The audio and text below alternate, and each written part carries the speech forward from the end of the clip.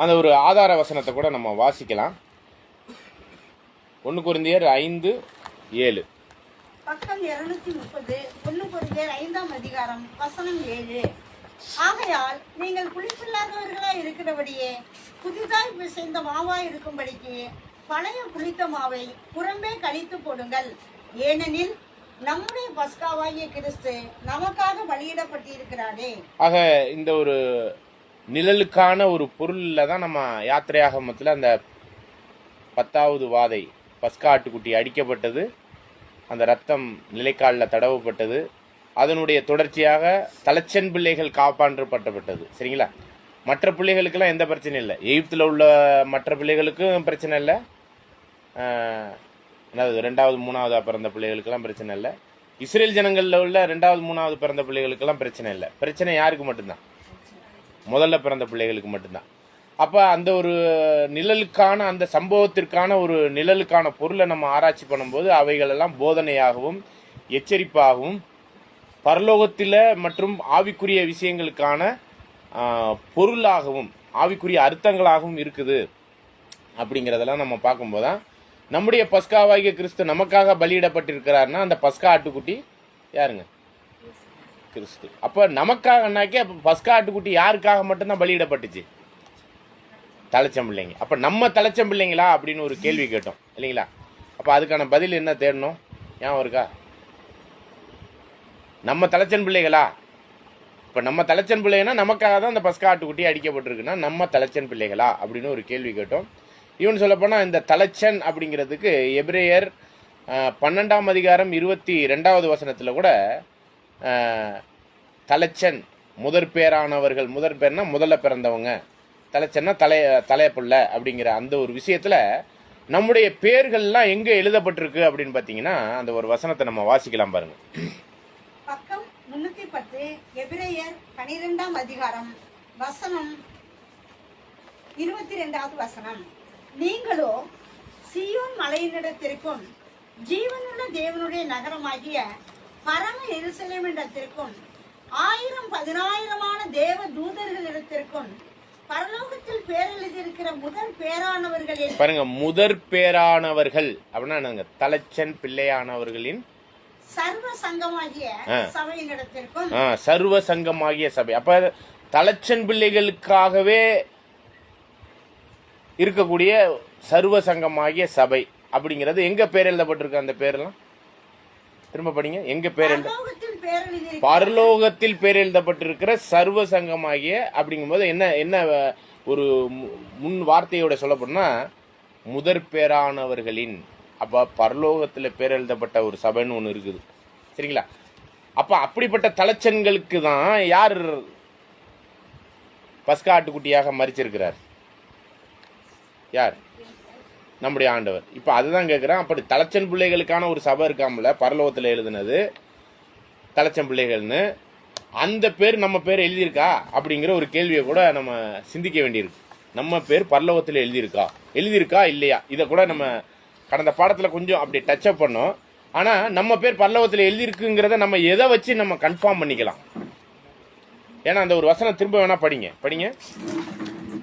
எபிரேயர் 12ஆம் அதிகாரம் வசனம் 23, பக்கம் 310.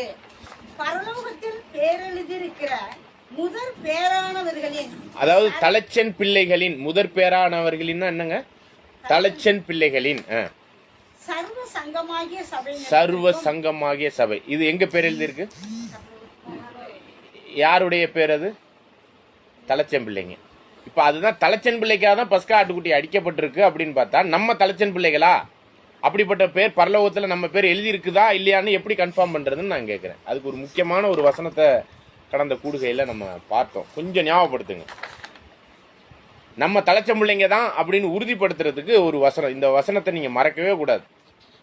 அதுக்கு நம்ம அந்த பாடத்தினுடைய தலைப்பு கூட என்னன்னா கரு உருவாகுதல், ஜெனிப்பிக்கப்படுதல் அப்படின்லாம் நம்ம பார்த்தோம். படிக்கலாம். யாக்கோப்பு 1ஆம் அதிகாரம் 18வது வசனம்.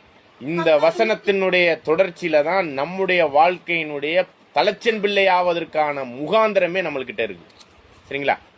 நம்ம பேர் பரலோகத்தில் எழுதியிருக்கா இல்லையாங்கிறத எதை வச்சு உறுதிப்படுத்திக்கலாம்னா இந்த வசனத்தை வச்சு பரலோகத்தில் பேர் எழுதப்பட்டிருக்க அந்த தலைச்சன் பிள்ளைகளினுடைய சபை அப்படிங்கிற அந்த சபையில நம்ம பேர் இருக்கா இல்லையா அப்படிங்கிறதுக்கு இந்த வசனம் என்ன சொல்லுதுன்னு பாருங்க, படிங்க. பக்கம் 312 யாக்கோபு 1ஆம் அதிகாரம் வசனம் 18.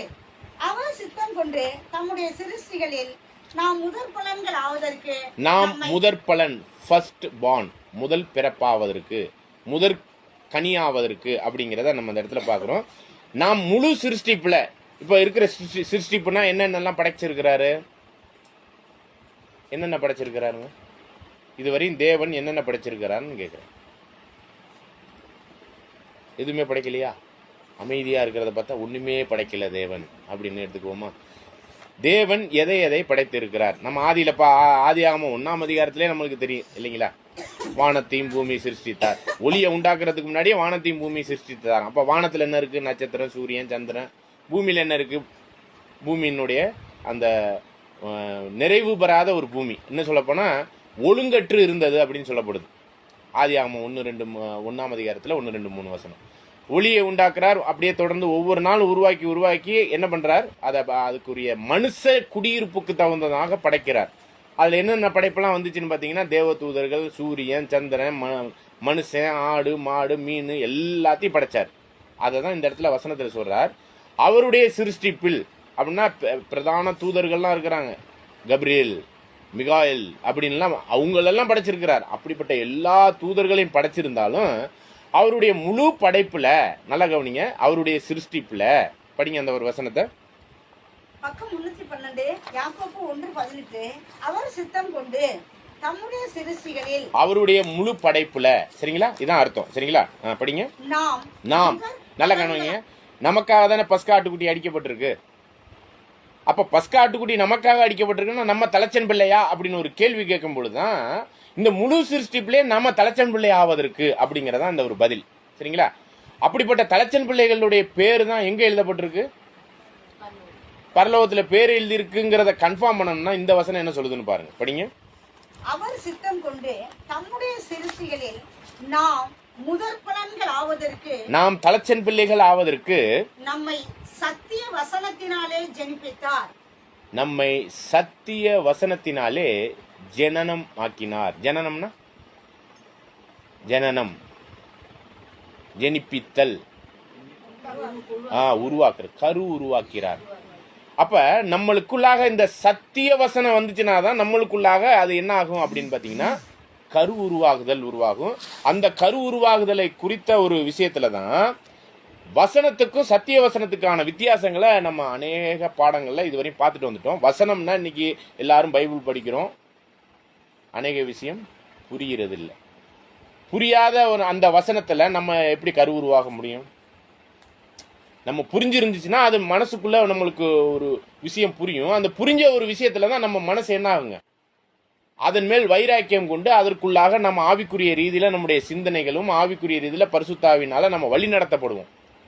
நிறைய விஷயம் நம்மளுக்கு புரியவே இல்லைன்னா அந்த வசனம் யாருடைய வசனம்? யாருடைய வசனம்? இந்த பைபிள் வசனம்லாம் யாருடைய வசனங்கள்? தேவனுடைய வசனம். நம்மளுக்கு புரியலைன்னா இன்னைக்கு இருக்கிற முழு கிறிஸ்தவமும் இதை புரியாமலே என்ன பண்ணிக்கிட்டு இருக்கிறாங்க, நிறைய விஷயத்த பண்ணிக்கிட்டு இருக்கிறாங்க. இது நம்மளுக்கு தெரிஞ்சதான். வசனத்துல நம்ம நிறைய கேள்விகள்லாம் கேட்டிருக்கிறோம். அந்த கேள்விகளுக்கெல்லாம் நம்மளுக்கு பதில் தெரியலனாலே, நம்மளுக்கு புரியலனாலே அந்த சத்திய வசனங்கிறது நம்மளுக்கிட்ட இல்லைன்னு அர்த்தம். வசனம் படிச்சிருக்கலாம், ஆனா வசனத்துக்கெல்லான அர்த்தம் தெரியாத வரையும் அது சத்தியம் அல்ல. இதுக்கெல்லாம் நிறைய உதாரணங்கள் இல்லாம பார்த்துட்டோம். உதாரணமா 7 தலை 10 கொம்பு உள்ள மிருகம் அப்படிங்கிறதுக்கு வெளிப்படுத்தல சொல்லப்பட்டிருக்கு 12ஆம் அதிகாரத்துல. அதுக்கு அர்த்தம் தெரியுமா? இன்னைக்கு இருக்கிற பேர் கிறிஸ்தவத்தில் இருக்கிற எல்லா கிறிஸ்தவர்களுக்கும் இதுக்கான அர்த்தம் தெரியுமா? இது மாதிரி நிறைய விஷயம் நம்ம பார்த்துட்டு வர்றோம். அந்த வகையில தான் இப்ப தலைச்சன் பிள்ளைகள் அப்படிங்கிற பஸ்கா ஆட்டுக்குட்டி நம்மளுக்காக அடிக்கப்பட்டிருக்கு. அது யாரா அந்த பஸ்கா ஆட்டுக்குட்டி அப்படின்னா நம்முடைய ஆண்டவர்னு வசனம் இருக்கு. அதுக்கு சம்பந்தப்படுத்தினாதான் நம்ம தலைச்சன் பிள்ளைன்னு புரிய வருது. எப்படி தலைச்சன் பிள்ளைன்னா சத்திய வசனத்தினால் நம்ம கரு உருவாயிருக்கணும். அப்ப தெளிவான சத்தியத்தை உள்வாங்க தான் நாம எதுல கரு உருவாகிறோம்னு அர்த்தம். எதுல கரு உருவாகிறோம்? சத்திய வசனத்துல, சரிங்களா? அத இன்னொரு வசனத்தோட கூட ஒப்பிட்டு நம்ம பார்ப்போம் பாருங்க. 1 பேதுரு 1ஆம் அதிகாரம் 23 பக்கம் 318 22 படிங்க. 1 பேதுரு 1ஆம் அதிகாரம் வசனம் 22 மற்றும் 23. ஆகையால் நீங்கள் மாயமற்ற சகோதர சிநேகம் உள்ளவர்களாகும்படி ஆவியினாலே சத்தியத்திற்கு கீழ்ப்படிந்து. ஆவியினாலே சத்தியம், இதுதான் என்னன்னா வசனம்ங்கிறது வேற, சத்தியங்கிறது வேற. சரிங்களா? வசனங்கிறது இன்னைக்கு பைபிள் படிச்சு புரியாம இருக்கிறதெல்லாம் வசனம், அது நிறைய பேருக்கு புரியல. ஆனா சத்தியங்கிறது என்னன்னா ஆவியினாலே எல்லாம் தெளிவா புரிந்து கொள்ளுதல். சரிங்களா? சத்தியம் என்றால் உண்மை, அந்த வசனத்தின் உள்ள கருப்பொருள், அந்த வசனத்தின் உள்ள அர்த்தம், அதற்கான உணர்வு நம்மளுக்குள்ள வரணும். நிறைய விஷயம் அது உணராமலே நம்மளுக்கு புரியாமலே இருக்குதுனாலே அது என்ன அர்த்தம்? நம்ம அதுல தெளிவில்லைன்னு அர்த்தம். அப்பனா அந்த சத்திய ஆவியினாலே படிங்க. உங்கள் ஆத்துமாக்களை சுத்தமாக்கி கொண்டவர்களாய் இருக்கும்படியால் சுத்த இருதயத்தோட. பாருங்க, சுத்த இருதயம். அப்பனா அதனாலதான் ஆண்டவரும் சரி யோவான் ஸ்நானகனும் சரி ஒரு விஷயத்தை அடிக்கடி சொன்னாங்க. என்ன தெரியுமா? யோவான் ஸ்நானகன் வாயை திறக்கும் போதே ஒரு வார்த்தையை சொல்லி தான் ஆரம்பிச்சாரு. ஆண்டவர் அநேக விஷயத்த ஒரு வார்த்தையை சொல்லி தான் ஆரம்பிப்பார். என்ன தெரியுங்க? இந்த இருதயத்துக்கும் அதுக்கு சம்பந்தம் இருக்கு, மனசுக்கும் அதுக்கு. மனம்,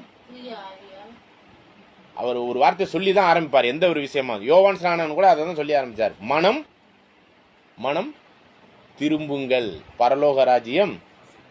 அப்ப பழைய மனசை விட்டுட்டு சுத்தம் உள்ள ஒரு புதிய மனசுக்குள்ள வரணும்னா இந்த சத்தியம் நம்மளுக்கு தெரிஞ்சிருக்கணும்.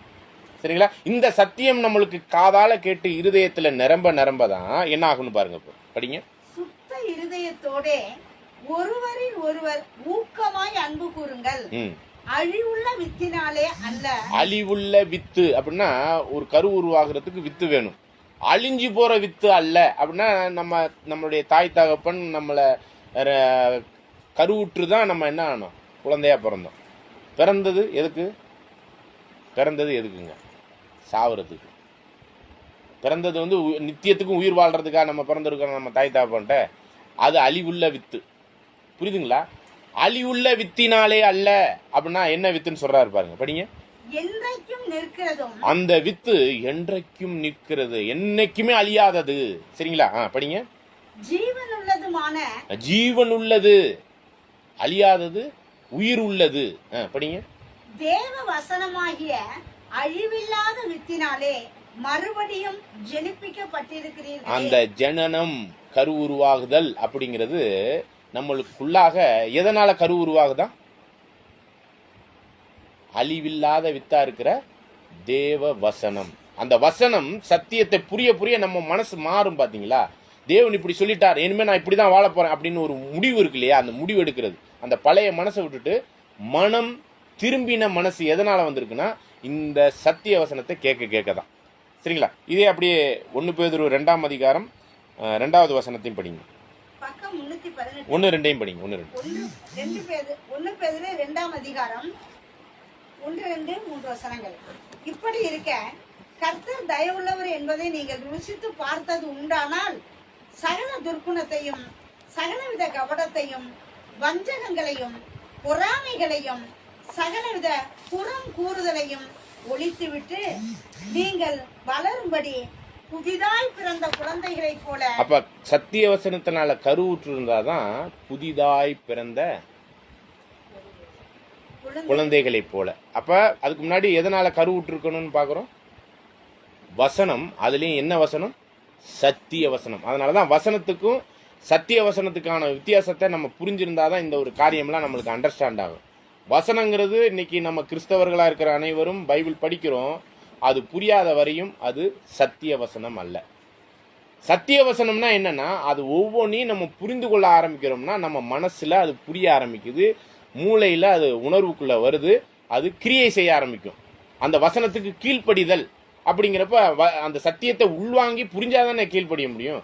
அப்ப அந்த புரிந்து கொள்ளுதலுக்குள்ள நம்ம கீழ்ப்படிய ஆரம்பிக்கிறோம்னா அதை தான் கிறிஸ்துவுக்குள்ள அந்த வசனத்துல பிறந்தவர்கள் அப்படின்னு கூட அந்த இடத்துல பார்க்குறோம். ஆகவேதான் நம்ம இப்போ என்ன சொல்லலாம் அப்படின்னு பார்த்தீங்கன்னா, நம்ம பஸ்காவாகிய கிறிஸ்து நமக்காக பலியிடப்பட்டிருக்காருன்னா நம்முடைய கிறிஸ்து யாருக்காக பலியிடப்பட்டிருக்கிறார்? தலைச்சன் பிள்ளைகளுக்காக.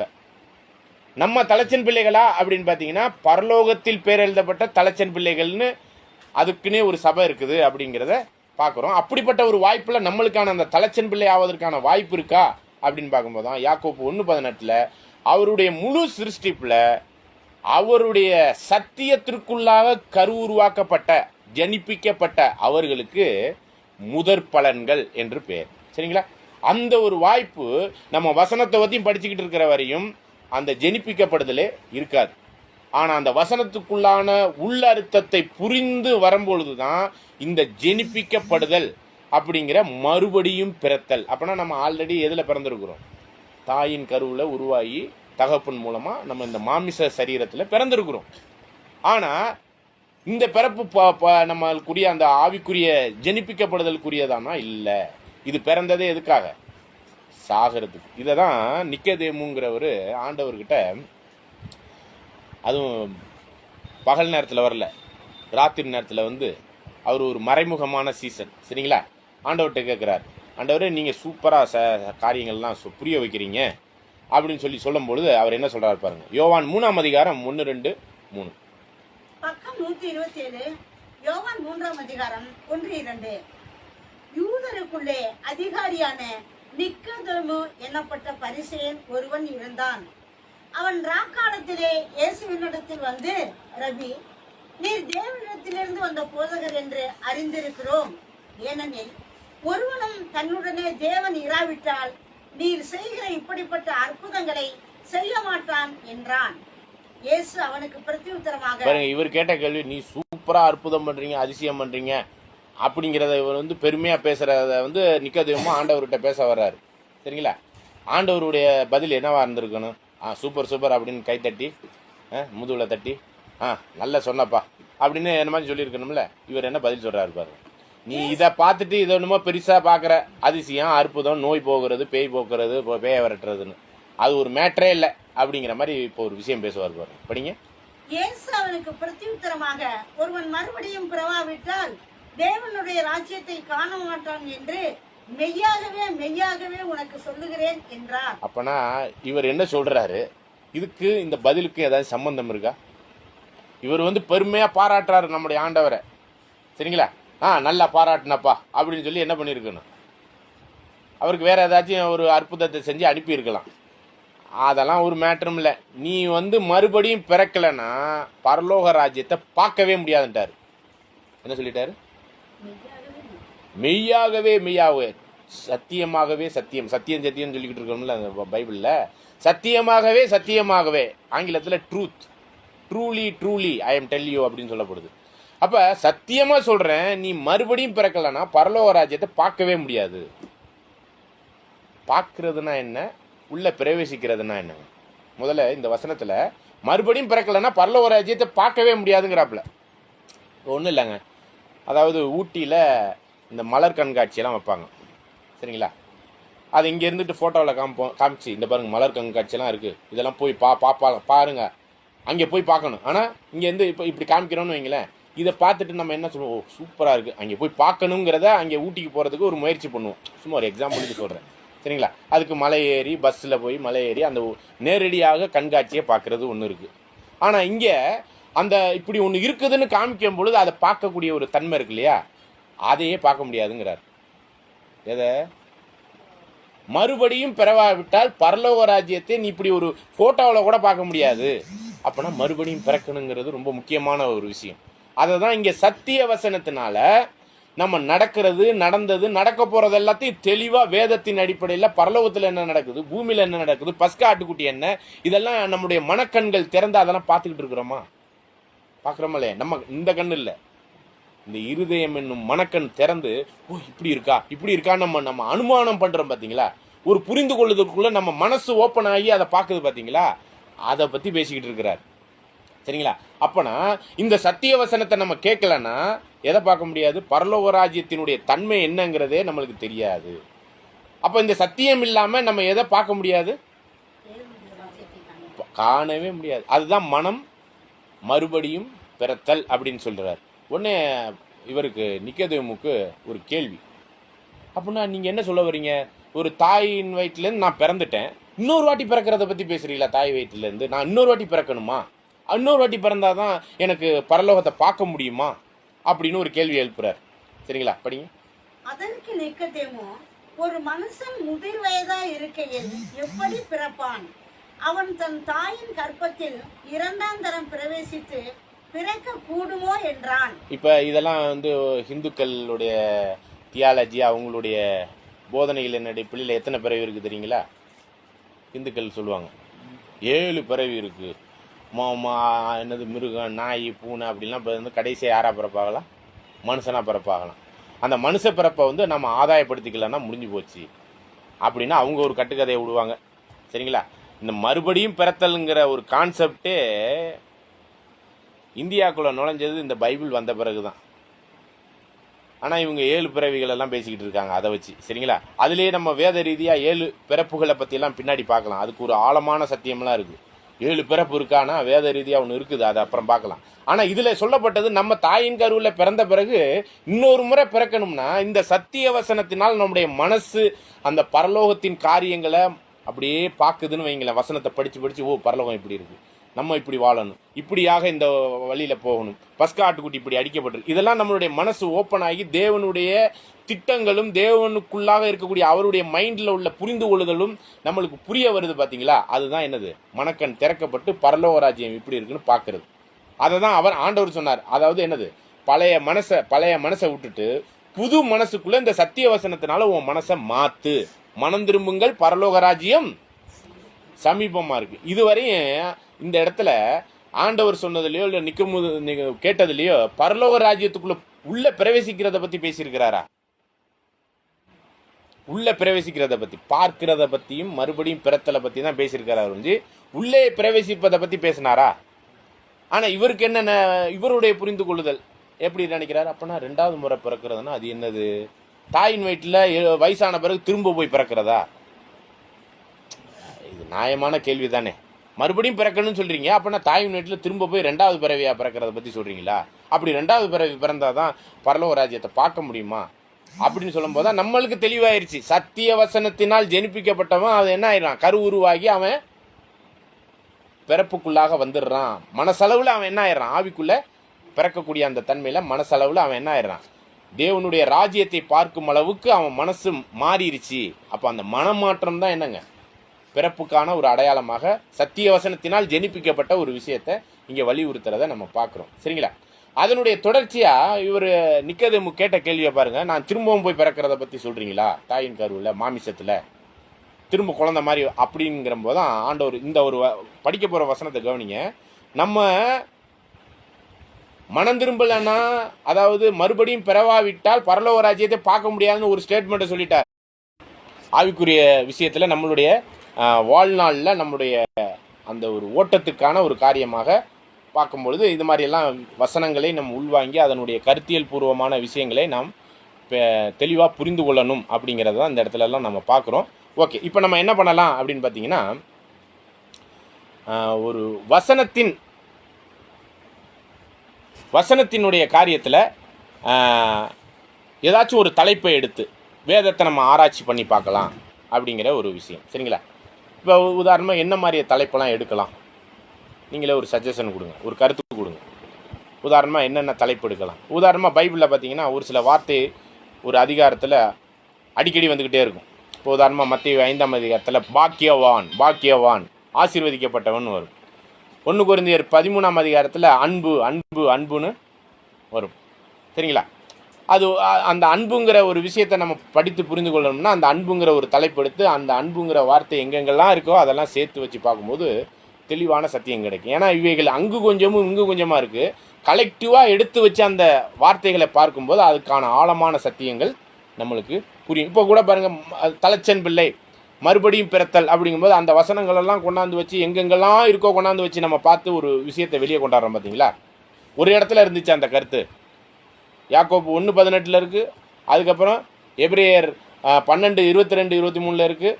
அதுக்கப்புறம் 1 பேதுரு 1ஆம் அதிகாரம் 23வது வசனத்தில் இருக்குது. அதுக்கப்புறம் இது பஸ்காவாகிய கிறிஸ்து நமக்காக பலியிடப்பட்டிருக்காருன்னா தலைச்சன் நம்ம தானா? அப்படி இதெல்லாம் நம்ம கலெக்டிவ் பண்ணி அந்த ஒரு வசனங்களினுடைய ஒரு தலைப்பை எடுத்து நம்ம பார்க்குறோம். பார்த்தீங்களா? அந்த மாதிரி நம்ம அநேக தலைப்புகளை எடுத்து பார்க்கலாம். சரிங்களா? அதில் ஆதாம்னு ஒரு தலைப்பு எடுத்துக்கலாம், இல்லைன்னாக்க ஏவாள்னு கூட தலைப்பு எடுத்துக்கலாம், இல்லைன்னா தேவதூதர் அப்படின்னு ஒரு தலைப்பு எடுத்துக்கலாம், இல்லைன்னா தேவனை பற்றி ஒரு தலைப்பு, இல்லைன்னா அவருடைய ஒரே பேரான குமாரனாகிய நம்முடைய கிறிஸ்துவை பற்றி ஒரு தலைப்பு, ஆதியிலே வார்த்தை இருந்தது, வார்த்தைன்னு ஒரு தலைப்பு எடுக்கலாம், என்ன மாதிரி வேணாலும் தலைப்பு எடுக்கலாம். அப்போ அந்த தலைப்பை எடுத்துட்டோம்னா அந்த ஒரு வார்த்தையை கொண்டாந்து வச்சுட்டு அந்த வார்த்தை வேறு எங்கெங்கெல்லாம் இருக்கோ அதெல்லாம் கலெக்ட் பண்ணணும் பைபிளில். இப்போ நீங்கள் மொபைல்லையோ இல்லை இதுக்குன்னு ஒரு சில அகராதிகள்லாம் இருக்குது, இதுக்குன்னு ஒத்த வார்த்தை அகராதின்லாம் இருக்குது. அது மாதிரி புக்குகளை வாங்கி வச்சுட்டு கூட அந்த ஒரே வார்த்தை ஆரோன் அப்படின்னு ஒரு தலைப்பு எடுத்துக்கிறது, சரிங்களா? இது மாதிரி அநேக தலைப்புகளை எடுத்து வச்சுட்டு அந்த ஒரு வசனங்களெல்லாம் எடுத்து வச்சு நம்ம ஒருங்கிணைச்சி பார்த்தோம்னா அதில் ஒரு சத்தியம் நம்மளுக்கு வெளிப்படும், சரிங்களா? அந்த வகையில் நம்ம இன்றைக்கி ஒரு விஷயத்தை நம்ம பார்க்கலாம், சரிங்களா? நிறைய தலைப்பு இருக்குது, அதில் அநேக தலைப்புகளின் அடிப்படையில் தான் பார்க்க போகிறோம். இன்றைக்கி ஒரு தலைப்பில் நம்ம பார்க்கலாம். அப்படிங்கும்போது நம்ம ஆதாமை பற்றியே நம்ம சிந்திக்கலாம். ஆதாம் அப்படிங்கிறத ஒரு விஷயத்தில் ஆதாம்ங்கிற அந்த ஒரு வார்த்தை எங்கெங்கெல்லாம் இருக்கோ அதெல்லாம் எடுத்து கொண்டாந்து வச்சு அதில் ஆராய்ச்சி பண்ணோம்னா அதுக்குரிய ஒரு விஷயத்தில் அதில் ஒரு சத்தியம் நம்மளுக்கு புலப்படும், புரிய வரும், சரிங்களா? ஆக எந்த ஒரு காரியத்தை நம்ம பார்த்தாலும் வேத ரீதியாக தான் நம்ம பார்க்கணும், சரிங்களா? இப்போ ஆதாமை பற்றி என்ன சொல்லப்பட்டிருக்கு, எப்படி சொல்லப்பட்டிருக்கு? ஆதாமை தேவன் எப்படி படைத்தார்? தனது சாயலாகும் தனது ரூபத்தின்படியும் ஆணும் பெண்ணுமாக சிருஷ்டித்தார் அப்படின்னு சொல்லப்படுது. அப்போ ஆதாமை தான் முதல்ல சிருஷ்டிக்கிறார், அதுக்கப்புறம் யாரை படைக்கிறார்? ஏவாளை படைக்கிறார், சரிங்களா? இப்போ ஏவாளை படைக்கும் பொழுது ஆதாம் குள்ளாக யார் இருக்கிறா? ஏவாள் இருக்கிறாங்க, விழா எலும்பா. அதுக்கு முன்னாடி ஏவாள் இல்லை, சரிங்களா? ஏவாளை ஏன் படைச்சாரு? துணை. நல்லா கவனிங்க, ஆதாமுக்கு ஏற்ற துணை, சரிங்களா? அப்போ ஏவாளை படைக்கிறதுக்கு முன்னாடி யாரெல்லாம் எதெல்லாம் படைச்சார் தெரியுங்களா? ஆதாமை ஃபஸ்ட்டு படைச்சிட்டார். எப்படி படைச்சார்? மண்ணை எடுத்து அதை நரம்பு, அதில் உள்ள சதை, இதெல்லாம் கெமிக்கலாக உள்ள ஒரு பொருள்கள் தான் நம்ம உடம்புல இருக்குது எல்லாமே, கிட்னிலேருந்து இருதயத்துலேருந்து எல்லாமே. நம்ம சுகர் வந்துருச்சு அப்படின்னா என்ன அர்த்தம்? சுகரு அதிகமாகிடுச்சு, சுகரை குறைக்கணும். உப்பு அதிகமாகிடுச்சு, குறைக்கணும். இதெல்லாம் என்னது? இந்த தாது பொருள்களில் தான் நம்ம உடம்பே ஏங்கிக்கிட்டு இருக்கு, சரிங்களா? டாக்டர் சொல்லுவார் இரும்பு டானிக்கு குடிக்கணும். ஏன் இரும்பை ஒரு குண்டு மாதிரி தூக்கி அப்படி முழுங்கிற வேண்டியதானே? ஏன்னா அதை கரைச்சி என்ன பண்ணணும், அது ஒரு டானிக்காக குடித்தாதான் நம்ம உடம்புக்கு சாரும். நான் ஒன்று கேட்குறேன், இந்த மண்ணை சாப்பிட்டாக்கி உயிர் வாழ முடியுமா? நம்ம வாழ முடியாதா? ஆப்பிரிக்காவில் பஞ்சம் வரும்போது இதே மண்ணை ராட்டி மாதிரி தட்டி கடிச்சு சாப்பிட்ருக்காங்க, அதெல்லாம் யூடியூப்பில் வருது. அது பழகி போய் இன்றைக்கி மண்ணு தான், அந்த ராட்டி மாதிரி தட்டின மண்ணை தான் என்ன பண்ணிக்கிட்டு இருக்காங்க, உணவாகவே சாப்பிட்றாங்க, சாப்பாடு சாப்பிட்றதில்ல. சரிக்கு இது வாழ்கிறாங்க. இந்த மண்ணிலேருந்து தாங்க எல்லா காய்கறிலேருந்து தானியங்கள் எல்லாமே இதுலேருந்து தான் வருது. அது நம்மளுக்கு சாப்பிட்றதுக்கு ஒரு டேஸ்ட்டாக வர்றதுனால நம்ம அதை ஆப்ட் பண்ணிக்கிறோம். ஒன்றுமே இல்லைன்னா என்ன பண்ணுவீங்க? மண்புளியை தான் சாப்பிட்டுட்டு உயிர் வருது. மண்ணை தின்ட்டு மண்ணை வெளியே தள்ளும், பார்த்துருக்குறோம் இல்லையா? அப்போ இந்த மண்ணிலேருந்து தான் நம்ம உயிர் வாழ்கிறதுக்கான எல்லா தாது பொருள்களுமே வருது. இப்படி தான் ஆதாமை என்ன பண்ணியிருக்காருன்னா தேவன் படைத்தார், சரிங்களா? அப்படியே எல்லாத்தையும் படைச்சிட்டு எல்லா உறுப்புகள் எல்லாத்தையும் படைச்சி தோலை மூடி, சதையை மூடி, தோலை மூடி, நரம்பை வச்சு அப்படியே ஜீவ சுவாசத்தை நாசியில் ஊதும் பொழுது அவன் என்ன ஆனார்? ஜீவ ஆத்மாவானான் அப்படின்னு சொல்லிட்டு ஆதியாகமம் 2ஆம் அதிகாரம் 7 முதல் சில வசனங்களில் நம்ம வாசிக்கிறோம். அப்போல ஒரு விஷயம் என்னன்னு பார்த்தீங்கன்னா, அந்த ஆதாமையும் ஏவாளையும் பார்த்து தேவன் என்ன சொல்கிறாருன்னா, அதிலே 1ஆம் அதிகாரம் 28வது வசனத்தை வாசிக்கலாம். ஆதியாகமம் 1ஆம் அதிகாரம் வசனம் 28. பின்பு தேவன் அவர்களை நோக்கி, நீங்கள் பழுகி பெருகி பூமியை நிரப்பி அதை கீழ்ப்படுத்தி சமுத்திரத்தின் மச்சங்களையும் ஆகாயத்து பறவைகளையும் பூமியின் மேல் நடமாடுகிற சகல ஜீவ சந்துக்களையும் ஆண்டு கொள்ளுங்கள் என்று சொல்லி தேவன் அவர்களை ஆசீர்வதித்தார். ஓகே, பாருங்க என்ன சொல்லி ஆசீர்வதித்தார்னா, பழுகி பெருகி பூமியை நிரப்பி ஆண்டு கொள்ளுங்கள். அப்புறம் சாப்பாடு என்ன கொடுத்தாருன்னா, சிங்கத்துக்கு கொண்டு என்ன தான் கொடுத்தாருன்னா புல்லை தான் சாப்பிட கொடுத்தாரு. சிங்கம் புலி கூட நீங்கள் தொடர்ந்து வாசித்தீங்கன்னா, சரிங்களா? வெஜிடேரியன் தான். நம்ம ஏற்கனவே முதல் உலகம், 2ஆம் உலகம், 3ஆம் உலகம் பார்க்கும்போது முதல் உலகத்தினுடைய முகாந்திரங்கள்லாம் பியூர் வெஜிக்கான ஒரு விஷயத்தை தான் ஆதாமுக்கும் கொடுத்துருந்தார், மிருகங்களுக்கும் கொடுத்துருந்தார். வேணா வசனம் வாசிச்சு பாருங்க, படிங்க. வசனம் 29.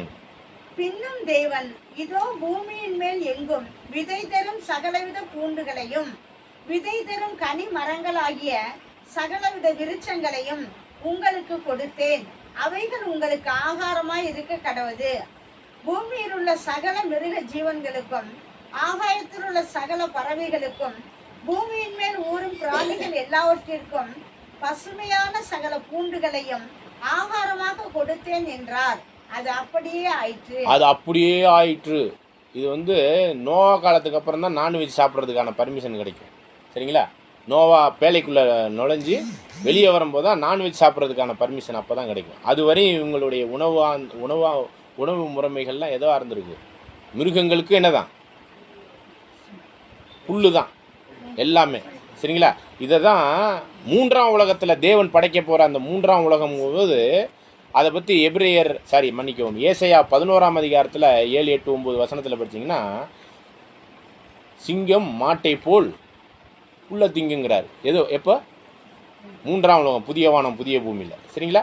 இது எப்போ ஆரம்பித்ததுன்னா, ஆதியில் ஆரம்பித்தது.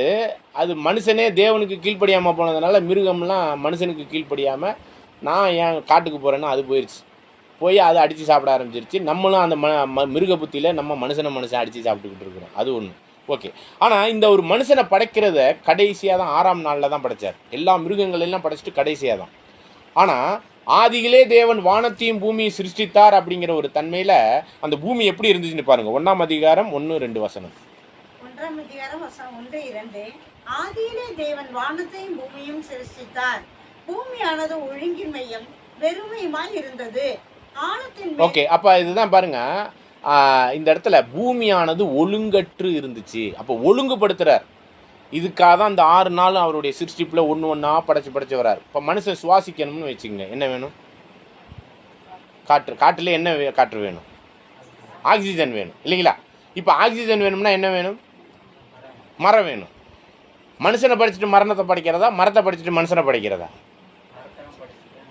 மனுஷனை படைக்கணும். பாருங்க, அப்போ மனுஷன் வாழ்வதற்கான சூழ்நிலைகளை ஃபஸ்ட்டு ரெடி பண்ணிட்டு தான் கடைசியாக தான் மனுஷனை படைக்கிறார். இந்த மரஞ்செடி கொடியை என்னைக்கு படைச்சார் தெரியுங்களா? 3ஆம் நாளே படைச்சிட்டார். சரிங்களா? இதுதான் அதை ஒழுங்குபடுத்துறார். மனுஷ குடியிருப்புக்கான ஒழுங்குபடுத்துறார். ஆதாமே படைக்கிறார் முதல்ல. அப்படி படைச்சி முடிக்கும்போது மனுஷனை மண்ணினால் பிசைஞ்சு ஜீவ சுவாசத்தை நாசியில் ஊதும்போது ஜீவ ஆத்மாவானான். அதுக்கு முன்னாடி மண். புரியுதுங்களா? அப்போ ஜீவத்துவம் உள்ள ஒரு ஆத்மாவானான். இப்படி கூட ஒரு கேள்வி இருக்கு, ஆத்மா சாகுமா?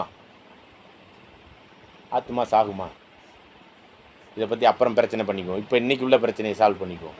சரிங்களா?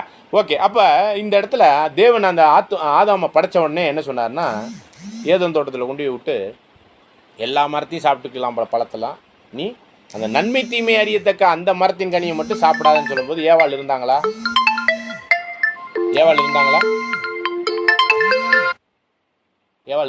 கேட்குறேன். இல்லை. சரிங்களா? அப்போ இந்த கட்டளை கொடுக்கும்போது ஏவாள் எங்கே இருந்தாங்க? பழத்தை சாப்பிடக்கூடாதுன்னு சொல்லி கட்டளை கொடுக்கும்போது ஏவாள் எங்கே இருந்தாங்கன்னு கேட்குறேன். விலா எலும்பில் இருந்தாங்க. ஆதாமினுடைய விலா எலும்பில் இருந்தாங்க. சரிங்களா? அப்போ இந்த கட்டளையை கொடுக்குறார். எப்போ படிக்கலாம் பாருங்கள், 17வது வசனம், 2ஆம் அதிகாரம் 17வது வசனம். ஏதேன் தோட்டத்தை உருவாக்கின பிறகு அந்த ஏதேன் தோட்டத்தில் தான் இந்த நன்மை தீமை அறியத்தக்க மரம் இருக்குது. கட்டளை கொடுக்குறார். படிங்க. ஆனாலும் நன்மை தீமை அறியத்தக்க விருட்சத்தின் கனியை புசிக்க வேண்டாம், அதை நீ புசிக்கும் நாளில் சாகவே சாவா என்று கட்டளையிட்டார். நீ சாப்பிட்ற அன்னைக்கு செத்துருவ. சாப்பிட்ட அன்னைக்கு செத்தாரா? 930 வருஷம் வாழ்ந்தார். ஆதியாகமம் 4ஆம் அதிகாரம் 5ஆம் அதிகாரம் 3வது வசனத்தில் பார்க்குறோம். சரிங்களா? 5வது வசனம். 930 வருஷம் வாழ்ந்திருக்கிறார் பழத்தை சாப்பிட்டுட்டு. அப்போ இந்த ஒரு காரியம்லாம் நம்ம கேள்வியாக எழுப்பப்பட வேண்டியிருக்கு. சாப்பிட்ற அன்னைக்கே சாவரேன்னு சொல்லி இருந்தாரு, தேவன் பொய் சொல்லிட்டாரா இல்லையா? இதுதான் சத்தியத்தை தேடணும். அப்போ இதெல்லாம் நம்ம என்ன பண்ண வேண்டியிருக்குங்க? ஆராய்ச்சி பண்ணணும். சரிங்களா? இதை முஸ்லீம் சகோதரர்கள் என்ன சொல்கிறாங்க, உங்கள் தேவன் பொய் சொல்கிற கடவுள், சாப்பிட்ட அன்னைக்கு செத்தாரா? நம்ம என்ன சொல்லுவோம், ஆவியிலே செத்து போயிட்டார். அது என்ன, நம்மளுக்கு எங்கே இருக்குது ஆவி? சொல்லுங்கப்பா, உங்கள்கிட்ட எங்கே இருக்குது ஆவியிலே செத்ததுக்கு? அதெல்லாம் முகாந்திரத்தில் சொல்ல முடியாது. ஆத்துமாவில் செத்துட்டார் அப்படிம்பாங்க ஒரு சில பேர். சரிங்களா? அப்போ இதெல்லாம் கரெக்டான ஒரு பதில் அல்ல. அன்னைக்கு செத்தாரா, அதான் விஷயமா இருக்குது. சரிங்களா? அப்போ 18வது வசனம் படிக்கலாம் பாருங்க. ஆதியாகமம் 2ஆம் அதிகாரம் வசனம் 18. பின்பு தேவனாகிய கர்த்தர், மனுஷன் தனிமையா இருப்பது நல்லதல்ல, ஏற்ற துணையை அவனுக்கு உண்டாக்குவேன் என்றார். தொடர்ந்து தேவனாகிய கர்த்தர் வெளியின் சகலவித மிருகங்களையும் ஆகாயத்தின் சகலவித பறவைகளையும் மண்ணினாலே உருவாக்கி ஆதாம் அவைகளுக்கு என்ன பெயரிடுவான் என்று பார்க்கும்படி அவைகளை அவனிடத்தில் கொண்டு வந்தார்.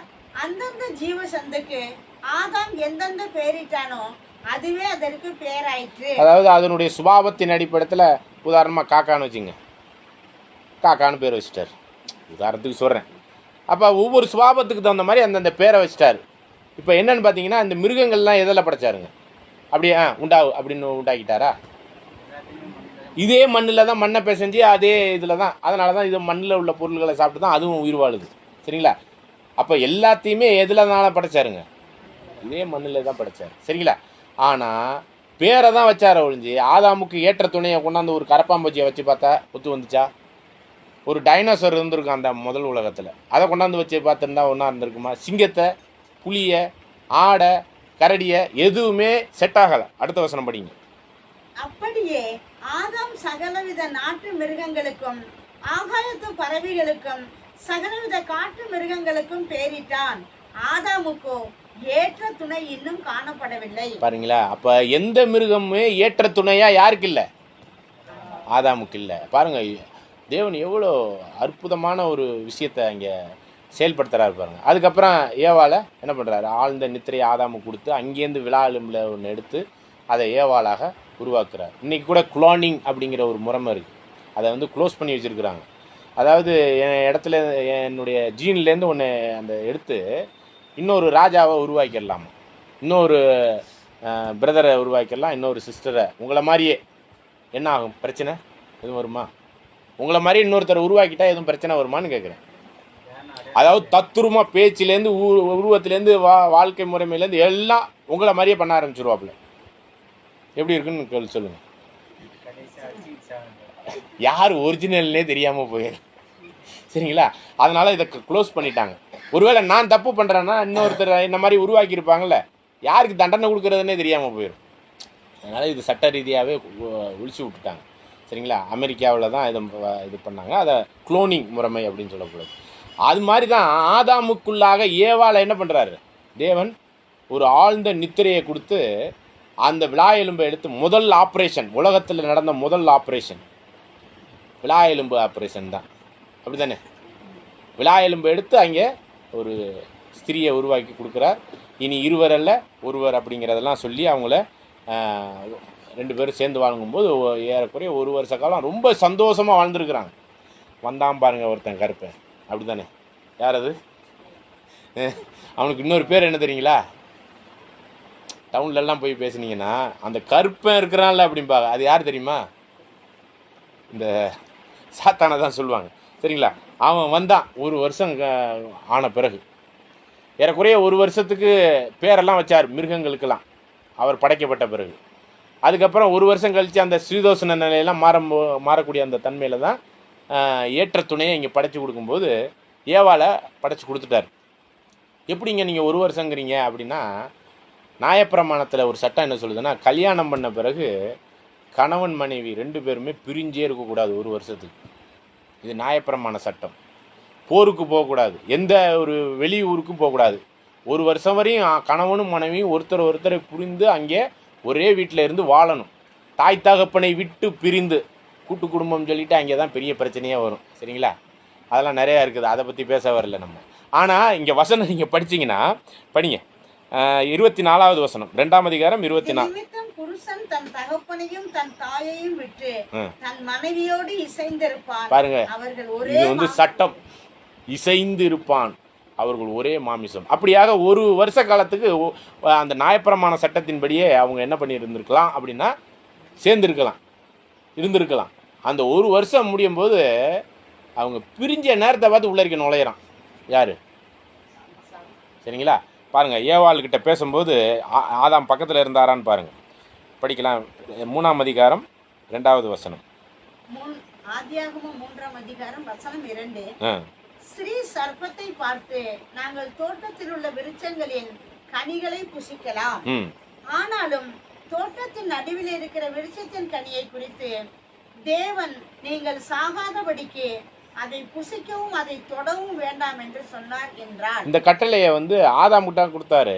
ஆனால் ஏவாள் வந்து என்ன பண்ணுறாங்க, புசிக்கவும் கூடாது தொடக்கூட கூடாது. அப்போ ஆதாம் என்ன சொல்லியிருக்காருன்னா, அந்த பக்கிட்டே தலை வச்சு படுக்காத, தொடவும் கூடாது புசிக்கவும் கூடாதுன்னு ரொம்ப எச்சரிப்பாக அவர் மனைவியை அங்கே பாதுகாப்பு பண்ணியிருக்கிறார். இப்போ இந்த இடத்துல ஆதாம் பக்கத்தில் இல்லை. இந்த நேரத்தில் தான் வந்து என்ன பண்ணுறான், உடனே சாப்பிட வேணாம்னு சொல்லியிருப்பாரே. நீங்கள் அந்த கேள்வி இருக்குல்லையே, அப்படி கேள்விக்குறி போடுவோம்ல, அதுக்கும் பாம்புக்கும் ரொம்ப சம்பந்தம் இருக்குது. சரிங்களா? பாம்பு எப்படி இருக்கும்? இப்படி தான் இருக்கும். இந்த உலகத்தில் கேட்கப்பட்ட முதல் கேள்வி என்னதுங்க? 1வது வசனத்தை படிங்க. தேவனாகிய கர்த்தர் உண்டாக்கின சகல காட்டு ஜீவன்களை பார்க்கிலும் சர்ப்பமானது தந்திரமுள்ளதாய் இருந்தது. அது ஸ்திரீயை நோக்கி, நீங்கள் தோட்டத்தில் உள்ள சகல விருட்சங்களின் கனியையும் புசிக்க வேண்டாம் என்று தேவன் சொன்னது உண்டோ என்றது. பாருங்க, சொன்னது உண்மைதான். உண்டோ ஒரு கேள்வி. பாருங்க, இந்த கேள்வியிலேருந்து ஆரம்பித்தது நம்ம வாழ்க்கையில் இன்னைக்கு வரையும் நடந்துக்கிட்டு இருக்கிற பிரச்சனை, சாவு, என்னது சாபம், நம்ம வாழ்க்கையில் வந்துக்கிட்டு இருக்கிற ஒவ்வொரு இழப்பும் இந்த ஒரு கேள்வியிலேருந்து ஆரம்பித்தது தான். அது இன்னைக்கு வரையும் நம்மளுக்கு பெரிய கேள்வியாக இருக்குது. சரிங்களா? அதனால தான் அந்த கேள்விக்குறிக்கு, இந்த பாம்பு கேட்ட கேள்விக்கும் பாம்புக்கும் சாத்தானுக்கும் உரிய சம்பந்தப்படுத்தி பார்க்குறோம். ஆக சொல்லும்போது தொடக்கூட கூடாதுன்ட்டார். அப்படின்னோடனே 4வது வசனம் படிங்க.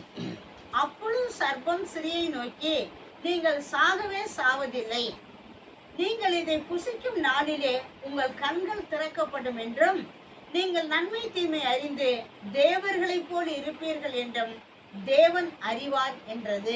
பாருங்க, இப்ப இதுல தான் நன்மை தீமை என்னதுன்னு புசிச்ச பிறகு அறிவு வந்துருச்சு. அதனாலதான் அவர்கள் கண்கள் திறக்கப்பட்டதுன்னு சொல்லப்படுது. அதனாலதான் என்ன பண்ணாங்க, அத்தி இலையில அவங்க ஆடைய அணிய ஆரம்பிச்சாங்க. அப்ப அதுக்கு முன்னாடி வரையும் அந்த நன்மை என்ன தீமை என்னங்கிறது தெரியாத அளவுக்கு அவங்களுடைய வாழ்க்கை இருந்து கண்ணெல்லாம் தெரிஞ்சிச்சு. ஆனா அறிவு கண் திறந்துச்சு. புரியுதுங்களா? சாத்தான் சொன்னதுல ஒன்று உண்மை, ஒன்று பொய். எது உண்மை? அறிவுக்கண் திறக்கப்பட்டது உண்மை. தேவனுக்குரிய அந்த அறிவை யார் பெற்றுக்கொண்டா? ஆதாமும் ஏவாளும் பெற்றுக்கொண்டாங்க. ஆனா ஒரு பொய் சொன்னான். என்ன பொய் சொன்னான்? என்ன பொய் சொன்னான் தெரியுமா? அது கூட அதுக்குரிய காரியங்கள் உண்மையாக கூட இருக்கு. அந்த அந்த அறிவுத்திறன்லாம் தேவனுக்கு ஏற்ற அந்த அறிவுத்திறனுக்குள்ள மனுஷனுடைய அறிவுத்திறன் வருகுது. இன்னும் அந்த தன்மையில் உயர்த்துவதற்கு தேவன் கூட விருப்பமாக இருக்கிறார். அவருக்கு நிகராக கொண்டு போய் யாரை வச்சிருக்காரு? பிதா குமாரனை வச்சிருக்காரு. குமாரன் சொல்றாருன்னா, நீங்க ஏன் சிங்காசனத்தில் வந்து உட்காருங்கன்ட்டார். அந்த அந்த நிலைமைக்கு தேவன் உயர்த்துறதுக்கு அவரே நம்ம மேல ரெடியா இருக்கிறார். பரலோகத்துக்கு வாங்க, என் பக்கத்தில் உட்காருங்கன்னு சொல்லிட்டார். அப்படின்னாக்கா அது வந்து பெரிய விஷயம் இல்லை, அது தடையல்ல, அது தேவன் விரும்புறது தான். ஆனால் என்ன பொய் சொன்னான்னா 4வது வசனம் படிங்க. 4வது வசனம். அப்பொழுது சர்ப்பம் ஸ்திரீயை நோக்கி, நீங்கள் சாகவே சாவதில்லை. பாத்தீங்களா? சாவவே சாவ மாட்டீங்க அப்படின்ட்டான். இதுதான் பொய். இப்போ நம்ம 4 உண்மையை சொல்லி ஒரே ஒரு பொய் சொன்னால் போதும். நம்ம நண்பர்களை பற்றி வீட்டில் ஒரு பிரச்சனையை உண்டாக்கணும்னு வச்சுங்க, ஒரு குடும்பத்தில் ஒரு பிரச்சனையை உருவாக்கணும்னா எல்லாத்தையும் நல்லதாக சொல்லிவிட்டு ஒரே ஒரு 7:30 மாதிரி ஒரு வார்த்தையை விட்டுட்டு வந்துட்டோம்னா போதும். நிச்சயமாக நம்ம இத்தனை விஷயம் சொன்னாப்புல அது கரெக்டு தானே, அப்போ இதுவும் என்னதான் அப்படிங்கிற மாதிரி சாகவே சாவாங்கிற ஒரு பொய்யை வச்சுட்டு மற்றதெல்லாம் உண்மையை சொன்ன மாதிரி சொல்லி வச்சிருக்கிறான். இன்னைக்கு இருக்கிற கிறிஸ்தவத்திலையும் சரி, அநேக எல்லா மதங்கள்லையும், எல்லா உலகத்துலேயும் சரி, உலகத்தில் சமுதாயத்திலையும் சரி, இதுதான் நடக்குது. நம்பி கெடுக்கிறது, நம்ப வச்சு கெடுக்கிறது. அப்படி தானே? உண்மையாக போய்ங்களா? எல்லாத்தையும் உண்மை மாதிரி காமிச்சு அப்படியே வேஷம் போட்டுட்டு கடைசியாக தெரியும். சரிங்களா? ஓகே. அப்போ அந்த மாதிரி தான் சாகவே தேவன் சொல்லிட்டார், சாப்பிடும் மண்ணாலே சாகவே சாவாய். நீ சாகிறதே இல்லை. அதனால தான் இன்றைக்கி வரையுமே ஒரு சில விஷயங்கள்லாம் நீங்கள் பிற்காலத்தில் அந்த பாடங்களை படிக்கும்போது நம்ம புரிந்து கொள்ளலாம். செத்த பிறகு ஆவியாக சுற்றுது, முனியாண்டி பேராண்டி அப்படின்னு சொல்லிட்டு ஏதாச்சும் ஒரு புளிய மரத்தில் நிற்கிது அப்படின்லாம் நம்மளை என்ன பண்ணுவாங்க, பயமுறுத்திக்கிட்டு இருப்பாங்க. அப்போ செத்த பிறகும் உயிரோடு இருக்குதுங்கிறத எதை சொல்ல வைக்கிறான் சாத்தான்? ஆவியாக அலைஞ்சிக்கிட்டு இருக்கு. உயிரோடு இருக்கும்போது ஒன்றும் செய்யாதவங்க செத்தவனுக்கு வந்து நம்மளை இது பண்ண போகிறாங்களா? ஆனால் இதெல்லாம் என்னென்னா விழுந்து போன தூதர்களுடைய இயக்கம், அப்படி உயிரோடு இருக்கிற மாதிரி காமிக்கிறது, மற்றவங்களுக்குள்ள அவங்க பேரை சொல்லிக்கிட்டு வர்றது. ஏன்னா சாத்தானும் ஒளியின் தூதனுடைய வேஷத்தை போட்டுட்டு வருவான்னு வசனம் இருக்குது 2 கொரிந்தியர் 11:13-14. அப்போ ஒரு செத்தவங்க பேரை சொல்லிக்கிட்டு யாருக்கிட்டையாச்சும் உள்ளரிக்க புகுந்து பண்ண முடியாது அவனால். அதெல்லாம் நிறையாவே பண்ண முடியும். அதை நம்ம நம்பிக்கிட்டு என்ன பண்ணிக்கிட்டு இருக்கிறோம், அவர் பிரியாணி கேட்டார், சுருட்டு கேட்டார், பீடி கேட்டாருன்னு கொடுத்துக்கிட்டு இருக்கிறோம். சரிங்களா? ஆனால் அவன் சொன்ன பொய்யை உண்மையின்னு நிரூபிக்கிறதுக்காக தான் இதெல்லாம் பண்ணிக்கிட்டு இருக்கிறான் சாத்தான். செத்த பிறகு ஒன்றுமே நடக்காதுங்கிறதெல்லாம் வேத ரீதியான உண்மை. சரி, அது அப்புறம் நம்ம பார்க்கலாம். அப்போ இந்த பாருங்கள், இந்த மாதிரி ஒரு பெரிய வஞ்சனையை கொண்டாந்து என்ன பண்ணிட்டான், ஆதாமையும் சாப்பிட வச்சுட்டான். ஏவாள் சாப்பிட்டுட்டு அப்படி நிற்கிது. இந்த அம்மா பாருங்கள் 6வது வசனம். அப்பொழுது சரியானவள் அந்த விருட்சத்தின் புசிப்புக்கு நல்லதும் பார்வைக்கு இன்பமும் புத்தியை தெளிவிக்கிறதற்கு இச்சிக்கப்படத்தக்க விருட்சமாய் இருக்கிறது என்று கண்டு அதன் கனியை பறித்து புசித்து தன் புருஷனுக்கும் கொடுத்தாள், அவனும் புசித்தான். பாருங்க, இதுக்கு முன்னாடி சட்டம் போட்டு தொடக்கூடாது சாப்பிடக்கூடாதுன்னு சொன்னாலு யார், நம்ம ஆதாம். அம்மா மனைவி கொடுத்த உடனே நோ ரிஜெக்ஷன், வாங்கி அப்படியே பால்டா மாட்டத்தை குடிக்கிற மாதிரி குடிச்சிட்டாப்பு. உண்மையா போய்யா? ஏன்னா இந்த பழத்தை சாப்பிட்டா சாவுங்கிறது ஆதாமுக்கு தெரியுமா தெரியாது? தெரியும். இதை யார் ஃபஸ்ட்டு குடிச்சிட்டா? இந்த பழத்தை யார் சாப்பிட்டுட்டா? மனைவி. மனைவி சாப்பிட்டுட்டா அப்படின்னாலே என்னது, மனைவி சாக போறா. யாருக்கு தெரியும் இது? சரிங்களா? இப்போ மனைவி சாக போகிறத யார் பார்க்க போறா? இப்போ ஆதாம் பார்க்க போறாப்புல. இனிமே இந்த மனைவி இல்லாத வாழ்க்கை எனக்கு தேவையான்னு சொல்லிட்டு தான் அந்த பழத்தை எடுத்து அவரும் சாப்பிட்டது. வாங்கி அவர் கொடுத்தோடனே வாங்கி சாப்பிட்டதனுடைய நோக்கம் என்னன்னு பார்த்தீங்கன்னா, நீங்கள் நல்லா கவனித்து பாருங்கள். 1 வருஷ காலமாக எத்தனையோ மிருகங்களை கொண்டாந்து துணைக்கி வச்சா ஒன்றுமே செட் ஆகலை. ஏற்ற துணையாக யார் இருந்தாங்க? தன் விழாவிலேருந்து எடுத்த மனைவி தான். அவங்க 2 பேரும் இசைந்து வேற யாருமே இல்லைங்க அந்த உலகத்தில். மிருகங்கள் அது பிள்ளை தின்னுக்கிட்டு அது உணவை தின்னுக்கிட்டு அங்கே இருந்திருக்கும். இவங்க 2 பேரும் சேர்ந்து அற்புதமாக வாழ்ந்து கொண்டிருந்த ஒரு வாழ்க்கையில் ஏதோ ஒரு சின்ன விஷயத்துக்கு ஏதோ அந்த 1 வருஷம் ஏறக்குறைய முடியும் போது பிரியும் போது கரெக்டாக வந்து உள்ளரிக்க பூந்துட்டான் பாருங்க. அப்படி பூந்த அந்த சூழ்நிலையில் இனிமே இந்த மனைவி இல்லாத வாழ்க்கை எனக்கு வேணவே வேணான்னு முடிவெடுத்துட்டார். ஏன் தெரியுங்களா? 1 வருஷ காலம் ஒரு துணை இல்லாமல் வாழ்ந்துருக்காரு பார்த்தீங்களா, அந்த மிருகங்களெல்லாம் படைக்கும்போது அவருக்கு தெரியும் அந்த வேதனை. என்னைக்காச்சும் நீங்கள் ஒரு 10 நாள் தனியாக இருந்து பார்த்துருக்கிறீங்களா? இல்லை உங்கள் வீட்டிலேயே ஒரு நாள் தனியாக வீட்டை பூத்திக்கிட்டு உள்ளரிக்க இருந்து பார்த்துருக்கிறீங்களா? இருந்திருக்கிறீங்களான்னு கேட்குறேன். இருக்க முடியுமா? 1 வருஷ காலம் துணை இல்லாமல் இருந்த மனுஷனுக்கு தான் தெரியும் அவருடைய வேதனை. அந்த மனைவி வந்தவொடனே அவருக்கு என்ன மாதிரி சந்தோஷங்கள் இருந்திருக்கும், பேசுறதுக்கு, பழகிறதுக்கு, காரியங்களை பாருங்க. இனி இருவர் அல்ல ஒருவர்னா இவங்க சிந்திக்கிறத அவங்க சிந்திப்பாங்க. இது வந்து ஒரிஜினலாக பாவமற்ற குறையற்ற ஒரு தம்பதியாக இருந்தபோது இருந்தது. அதுக்கப்புறம் வந்திருக்கும் பழத்தை சாப்பிட்ட பிறகு நீயா அப்படின்னு அப்படி தான் நடந்துச்சு. ஏவாள்கிட்ட கேட்டால், ஆதாம்கிட்ட கேட்டால் ஏன்பா பழத்தை சாப்பிட்ட அப்படின்னு மனைவியை காமிச்சிடுவார். மனைவியை கேட்டால் அந்த பாம்பு அப்படிங்கும்போது அந்த குற்றம் பிடிக்கிறதுங்கிறது அங்கேயே ஆரம்பிச்சிருச்சு.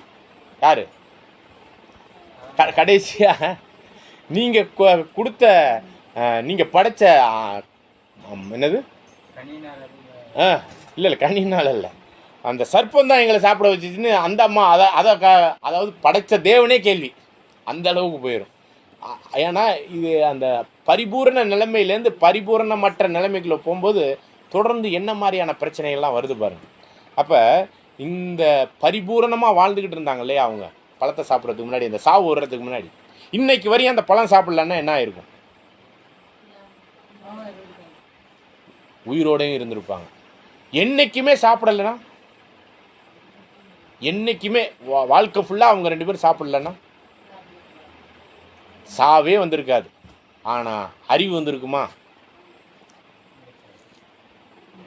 அப்போ சாப்பிட வேணான்னு தேவன் ஏதோ ஒரு திட்டம் வச்சுருந்தார். சாப்பிட வச்ச பிறகு அதற்கான நிவாரணையும் அவர் திட்டம் போட்டு வச்சுருந்தார். இந்த ஆதாமேவளை படைக்கிறதுக்கு முன்னாடியே வேற ஒரு திட்டத்தையும் அவர் போட்டு வச்சுருந்தார் ஏற்கனவே. நம்மளுக்கு தெரிஞ்சவரை இந்த ஆதாமை பற்றி தானே தெரியும். வேறு எதுவும் ஆதாம் இருக்கிறாங்களா? பைபிள் படிச்சிருக்கிறீங்க, வேறு ஏதாச்சும் ஆதாம்லாம் பைபிளில் இருக்கிறாங்களான்னு கேட்குறேன்.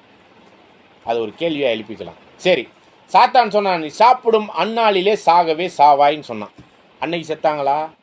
ஆதாம் சாகலை. 930 வருஷம் வாழ்ந்தார். அப்போ நம்ம தேவன் உண்மை சொல்கிற ஒரு சத்தியம் என்ன அப்படின்னா 2 பேதுரு 3ஆம் அதிகாரம் 8வது வசனம். 2 பேதுரு 3ஆம் அதிகாரம் வசனம் 8.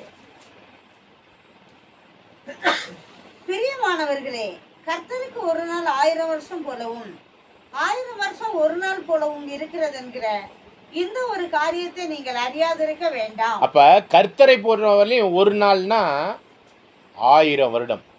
நமக்கு ஒரு நாள்னா ஒரு நாள் தான், 24 மணி நேரம். இது தீர்க்கதரிசிகளை படிச்சீங்கன்னா தீர்க்கதரிசிகளுக்கு ஒரு நாள்னா ஒரு வருஷம்னு இருக்கு. எசேக்கியேல் 4ஆம் அதிகாரத்தில் படிச்சீங்கன்னா தீர்க்கதரிசிகளுக்கு ஒரு நாள் அப்படின்னா ஒரு வருஷம். நமக்கு ஒரு நாள்னா ஒரு நாள் தான், 24 மணி நேரம் தான். ஆனால் கர்த்தருக்கு ஒரு நாள்னா அப்போ ஆதாம் எத்தனை வருஷம் உயிரோடு இருந்தார்?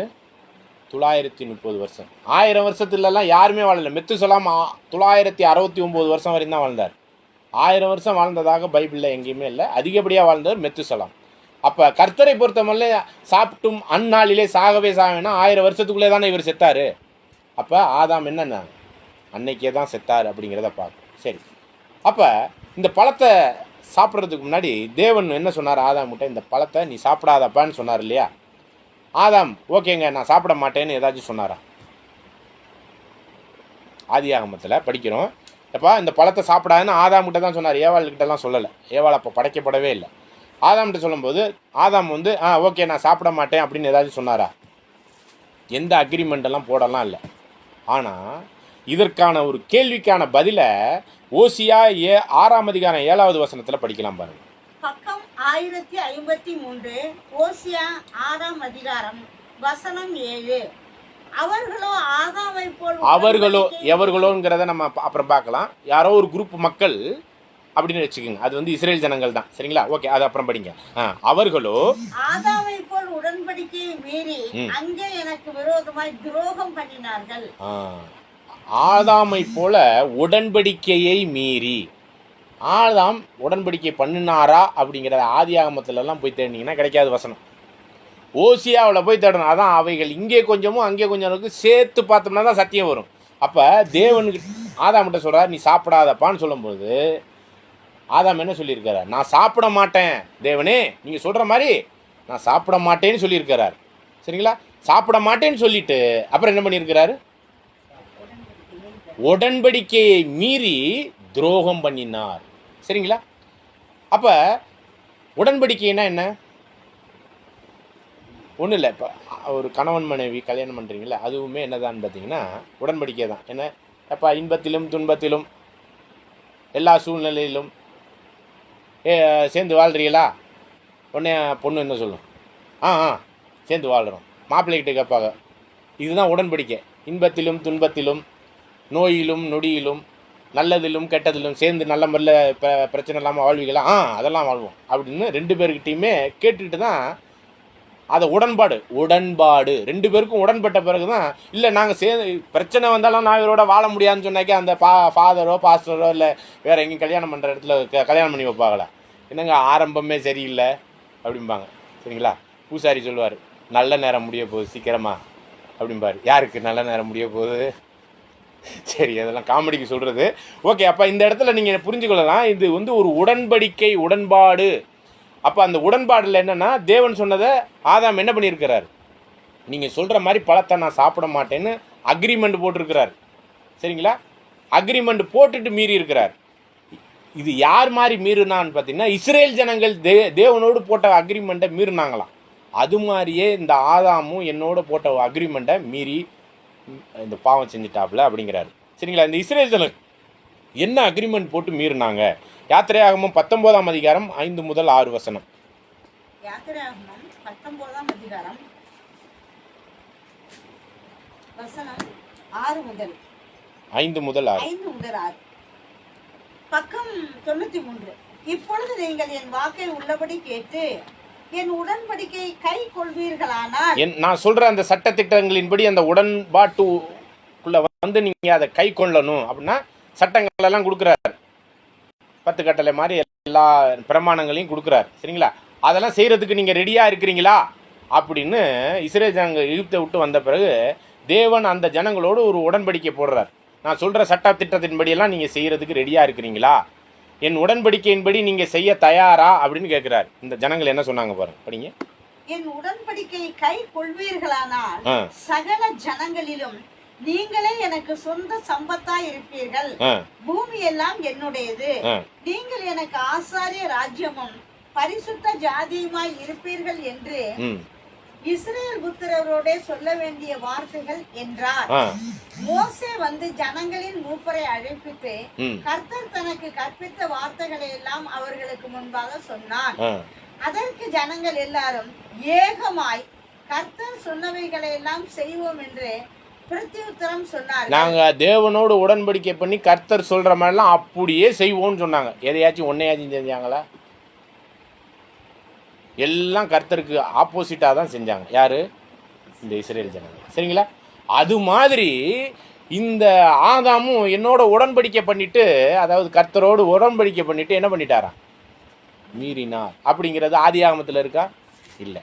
அப்படிங்கிறப்பதான் இந்த மீறுதலுக்கு உட்படுத்தப்பட்ட ஆதாமினுடைய சந்ததி ஏவாள் எல்லாம் சபிக்கப்பட்டிருக்கு. அந்த சாபத்தின் காரணம்தான் எல்லா நோய் நொடிகளும் இழப்புகளும். மரணம் மீறுதல்னால உண்டானுச்சு, பாவம் செய்ததுனால உண்டானுச்சு. சாபம், நோய் நொடி, இதெல்லாம். சரிங்களா? இவ்வளவும் நீ என்னது, நெற்றி வேர்வை நிலத்தில் சிந்த உழைச்சாதான் உனக்கு சாப்பாடுன்ட்டார். சரிங்களா? இந்த ஒரு சாபமான ஒரு சூழ்நிலை, அவ்வளோ காரியங்கள் தேவன் ஆதாமுக்குள்ளாக இந்த பூமியை பலுகி பெருகி பூமியை நிரப்பி ஆண்டு கொள்ளுங்கன்னு சொன்னதுக்கு ஆப்போசிட்டாக அழிஞ்சு போங்கிற மாதிரி ஆயிடுச்சு. இல்லைங்களா? இப்போ இதற்கான நிவாரணை, இதற்கு ஏதாச்சும் வழி இருக்கா, இதுலேருந்து தப்பிக்கிறதுக்கு வழி இருக்கா அப்படின்னு பார்க்கும்போது தான் வேதத்தில் வேறு ஏதாச்சும் ஒரு திட்டம் தேவன் வச்சிருக்கிறாரா அப்படின்னு பார்க்கும்போது இன்னொரு ஆதாம் ஒருத்தரை வச்சிருக்கிறார். படிக்கலாம். ரோமர் 5ஆம் அதிகாரம் 12லேருந்து படிங்க. ரோமர் 5ஆம் அதிகாரம் வசனம் 12, பக்கம் 212. இப்படியாக ஒரே மனுஷனாலே பாவமும். அந்த ஒரு மனுஷன் யாரு? ஆதாம், முதல் ஆதாம். சரிங்களா? படிங்க. இப்படியாக ஒரே மனுஷனாலே பாவமும் பாவத்தினாலே மரணமும் உலகத்திலே பிரவேசித்தது போலவும் எல்லா மனுஷரும் பாவம் செய்தபடியால் மரணம் எல்லாருக்கும் வந்தது போலவும் இதுவும் ஆயிற்று. தொடர்ந்து. நியாயப்பிரமாணம் கொடுக்கப்படுவதற்கு முன்னும் பாவம் உலகத்தில் இருந்தது. நியாயப்பிரமாணம் இல்லாதிருந்தால் பாவம் எண்ணப்பட மாட்டாது.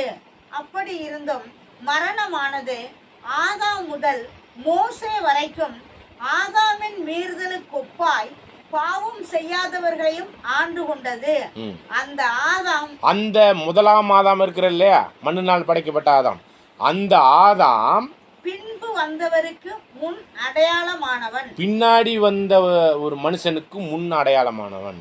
அப்படின்னா பின்னாடி ஒருத்தர் ஆதாம் மாதிரி வருவாரா அப்படின்னு ஒரு கேள்வி எழும்புது. சரிங்களா? இதை தெளிவுபடுத்தலாம் பாருங்க. 1 கொரிந்தியர் 15ஆம் அதிகாரம் 21, 22. பக்கம் 243.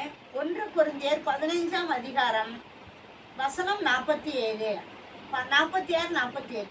46, 47. அந்தபடி முந்தின மனுஷனாகி ஆதாம் ஜீவாத்மானான் என்று எழுதியிருக்கிறது. பிந்தின ஆதாம் உயிர்ப்பிக்கிற ஆவியானவர். முந்தின ஆதாம் ஜீவாத்மாவா இருந்தான், பாவம் செஞ்சு மரணத்துக்குள்ள போனா. பிந்தின ஆதாம்னு ஒருத்தர் இருக்கிறாரு, ஜீவனை கொடுக்கிறவரா, தன்னுடைய ஜீவனை இந்த பூமியில வந்து நம்மளுக்காக கொடுத்தவர். அது யாரு? அப்ப நம்மளுக்கு தெரிஞ்ச வரையும் ஒரு ஆதாம் தானே தெரியும். ஆனா இன்னொரு ஆதாம் இருக்கிறார். ஆதாமுக்கு நிகராய் இன்னொரு ஆதாம் இந்த பூமியில மனுஷனாக வந்து பிந்தின ஆதாமாக வந்திருக்கிறார், 2வது ஆதாமாக வந்திருக்கிறார். சரிங்களா? அதிலே 1 கொரிந்தியர் 15ஆம் அதிகாரத்தில் 22, 23 படிங்க. 21, 22. மனுஷனால் மரணம் உண்டானபடியால் மனுஷனால் மரித்தோரின் உயிர்த்தெழுதலும் உண்டாயிற்று. ஒரு மனுஷனால மரணம், ஆதாம் என்ற ஒரு மனுஷனால மரணம். அதே போலதான் 2ஆம் ஆதாமாகிய அதே மனுஷன் ஒருத்தர் இருக்கிறார். அது யாரு? யாருங்க? உயிரை கொடுக்கிறவர் யாருங்க? 2ஆம் ஆதாம். அவரால என்ன கிடைக்குது? படிங்க. மனுஷனால் மரணம் உண்டானபடியால் மனுஷனால் மரித்தோரின் உயிர்த்தெழுதலும் உண்டாயிற்று. ஆதாமுக்குள் எல்லாரும் மரிக்கிறது போல கிறிஸ்துவுக்குள் எல்லாரும் உயிர்ப்பிக்கப்பட்டார்கள். அப்ப ஆதாம் என்ற முதலாவது மனிதனால மரணம் வந்துச்சு. இந்த 2வது ஆதாம் மூலம், பாவமே செய்யாத அந்த ஆதாம் மூலம் என்ன வந்துருச்சு? உயிர் கிடைக்கிறதுக்கான வாய்ப்பு கிடைச்சிருச்சு. இதை தான் நம்ம 1 கொரிந்தியர் 15ல் எதில் படித்தோம்? 45 படிச்சோம். அதை கூட திரும்ப படிச்சிடலாம். படிங்க. அந்தபடியே முந்தின மனுஷனாகிய ஆதாம் ஜீவாத்துமானான் என்று எழுதியிருக்கிறது. பிந்தின ஆதாம் உயிர்ப்பிக்கிற ஆவியானவர். ஓகேங்களா? இதை வந்து 47 பாருங்க. 40 முந்தின மனுஷன் பூமியிலிருந்து உண்டான மண்ணானவன், இரண்டாம் மனுஷன் வானத்திலிருந்து வந்த கர்த்தர். தொடர்ந்து மண்ணானவன் எப்படிப்பட்டவனோ மண்ணானவர்களும் அப்படிப்பட்டவர்களே, வானத்துக்குரியவர் எப்படிப்பட்டவரோ வானத்துக்குரியவர்களும் அப்படிப்பட்டவர்களே. ஓகே, அப்ப அதுதான் என்னன்னா, இந்த 2ஆம் ஆதாமினுடைய விஷயத்தினாலதான் இப்படி. இப்போ உதாரணமா தேவன்கிட்ட ஒரு திட்டம் இருந்துச்சுன்னு சொன்ன பார்த்தீங்களா? பழத்தை சாப்பிட்டா சாவேன்னு தெரியும். யாரு? நம்ம இப்படி கூட ஒரு கேள்வி கேட்கலாம், இந்த மரத்தையே வைக்காம விட்டுருக்கலாம்ல? வைக்காம விட்டுருந்தா பழத்தையே சாப்பிட்ருக்க மாட்டாப்புல. பழத்தையே சாப்பிடலன்னா சாவே வந்திருக்காது, பிரச்சனையே இல்லை. இன்னைக்கு வரையும் ட்ரெஸ் இல்லாமல் இருந்திருக்கும்.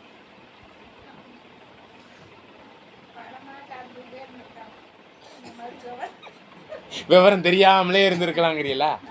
ஆனால் தேவன் நம்மளுக்கு என்ன மாதிரி அறிவை கொடுத்துட்டாருன்னா, அவருக்கு ஒத்த அறிவை கொடுக்கணும். ஆனால் ஒரு சில விஷயங்களுக்குள்ளாக நம்ம போயிட்டு வரணுங்கிறதுக்காக நம்மளுக்கு எதிரடையாக இருக்கக்கூடிய சாத்தானை வச்சே தேவ திட்டத்தில் நம்மளை பெரிய அறிவாளி ஆக்குறார். புரியுதா இல்லைங்களா? என்னங்க? பெரிய அறிவாளி ஆக்குறார். எதை சாப்பிட வேணாம்னு சொன்னாரோ அதை சாப்பிட்டதுனால நம்மளுக்கு நன்மை இருக்கா தீமை இருக்கா? இன்னைக்கு ஃபேன் ஓடுறதே அதனால தாங்க. இன்னைக்கு லைட் எரியிறதே இந்த அறிவுனால தாங்க. இப்போ சொல்லுங்க.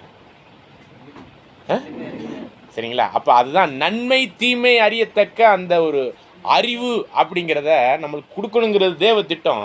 ஆனால் ஒரு சில அனுபவங்களுக்குள்ளே கொண்டு போய் தான் அதை கொடுக்கணும் அப்படிங்கிறதுக்காக தான் தேவன் என்ன பண்ணிட்டார், இந்த இடத்துல வச்சிருக்கார். இப்போ கேள்வி கேளுங்க, மரத்தை வச்சது தப்பா ரைட்டா? ரைட்டு. புரியுதுங்களா? ஆனால் இதுக்கு முன்னாடி இந்த மரத்தினால தான் பிரச்சனைங்கிற மாதிரி நம்ம உணர்ந்துருக்கலாம். ஆனால் சத்தியம் என்ன சொல்லுதுன்னு பாருங்க. ஓகே, இந்த மரணத்துக்குள்ளே ஆதாம் போயிடுவாருங்கிறது யாருக்கு தெரியும்? முன்கூட்டியே தேவனுக்கு தெரியும். அப்போ அவரை ரட்சிக்கிறதுக்கு ஒரு வழியை எப்போ பிளான் போட்டார் தெரியுங்களா? முன்னாடி யாரை கையில் வச்சுக்கிட்டு இந்த திட்டத்தை போட்டாருங்க? எந்த ஆதாம்?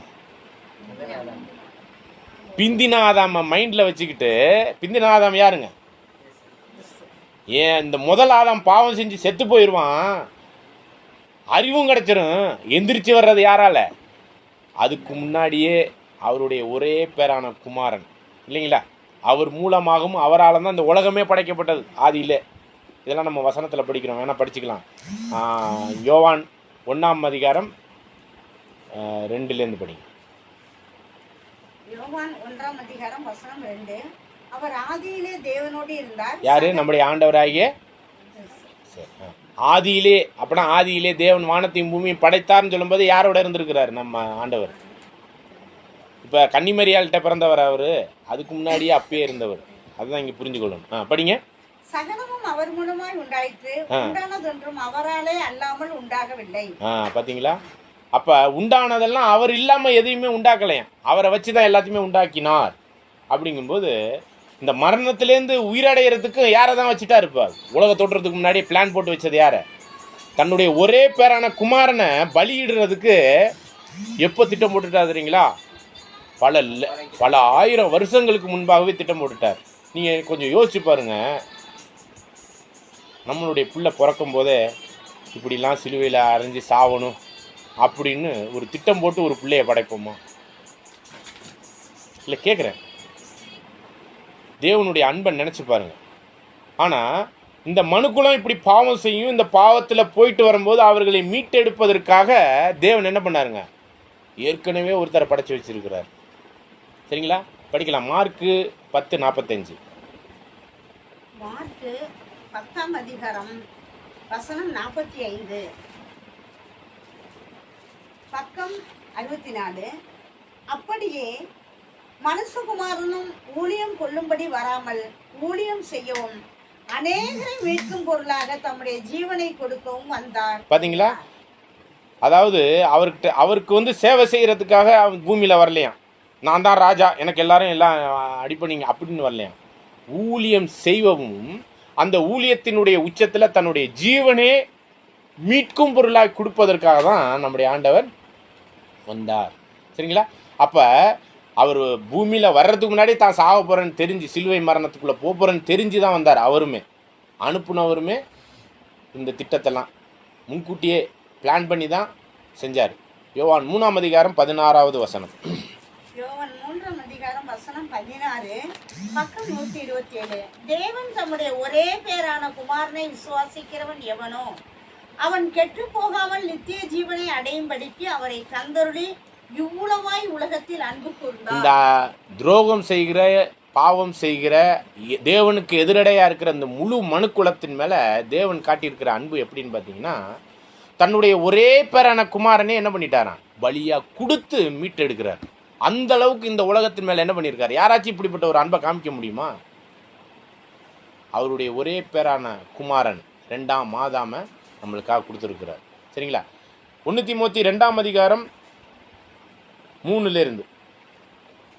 தீமோத்தேயு 2:3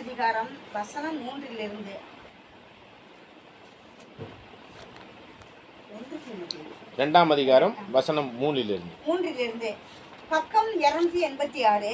நம்முடைய இரட்சகராகிய தேவனுக்கு முன்பாக அது நன்மையும் பிரியவுமாய் இருக்கிறது. எல்லா மனுஷரும் ரட்சிக்கப்படவும் சத்தியத்தை அறிகிற அறிவை அடையவும் அவர் சித்தமுள்ளவராய் இருக்கிறார். பாருங்க, எல்லா மனுஷரும் ரட்சிக்கப்படவும் சத்தியத்தை அறிகிற அறிவை எல்லாரும் அடையவும் தேவன் சித்தமுள்ளவராய் இருக்கிறார். படிங்க.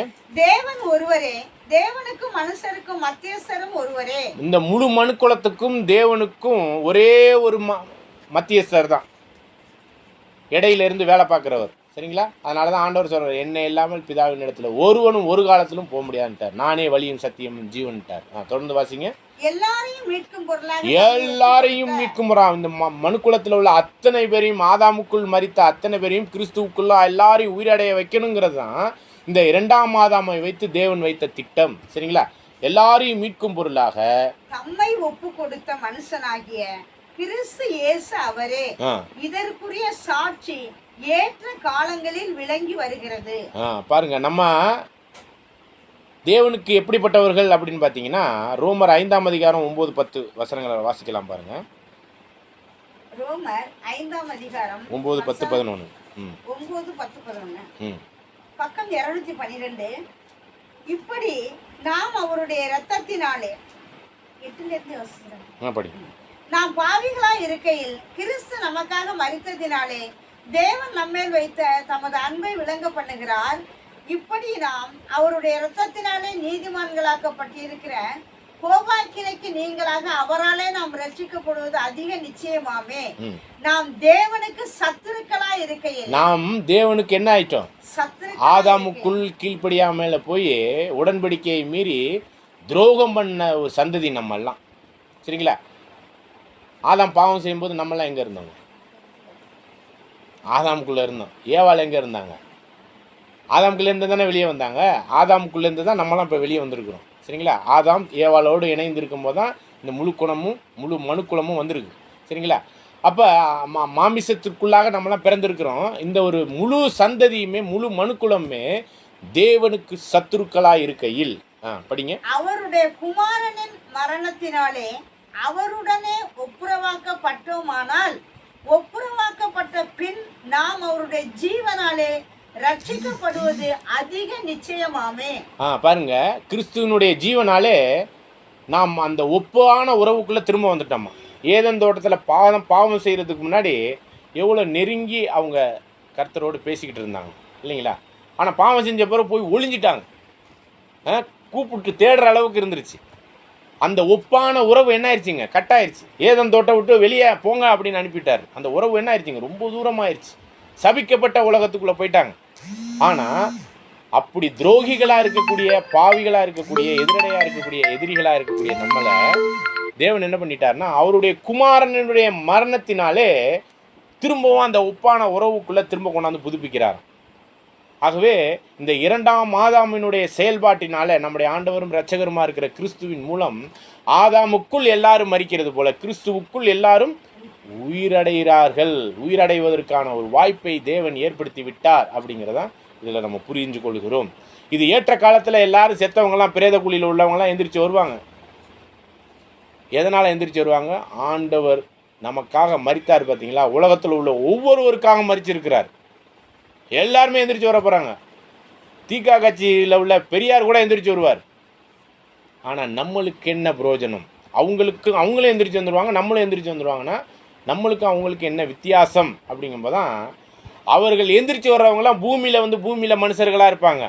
ஆனால் நமக்கு மட்டும்தான் ஆண்டவர் சொல்லிட்டு போனார், நான் போய் ஸ்தலத்தை ஆயத்தம் பண்ணிட்டு வந்து நான் இருக்கும் இடத்துல பரலோகத்தில் நீங்களும் இருக்கும்படி 2ஆம் வருகையில் வந்து உங்களை கூட்டிக்கிட்டு எங்கே போகிறேன்னு சொல்லியிருக்காருங்க. எங்கே? பரலோகத்துக்கு. யார்கிட்ட மட்டும் இந்த வார்த்தை சொன்னார் தெரியுங்களா? சீசர்கள்கிட்ட மட்டும்தான்.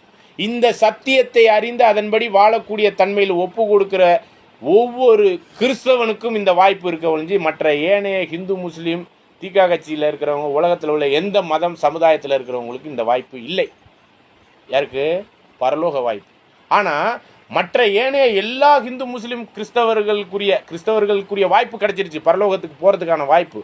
ஆனால் அதை இல்லாத எல்லா ஜனங்களுக்கும் பூமியிலே வந்து வாழ்வதற்கான ஒரு வாய்ப்பை தேவன் மனுஷீக ஜீவனை கொடுக்க போகிறார். அதான் ஆதாமுக்குள் எல்லாரும் மரிக்கிறது போல கிறிஸ்துவுக்குள் எல்லாரும் உயிரடைவார்கள்.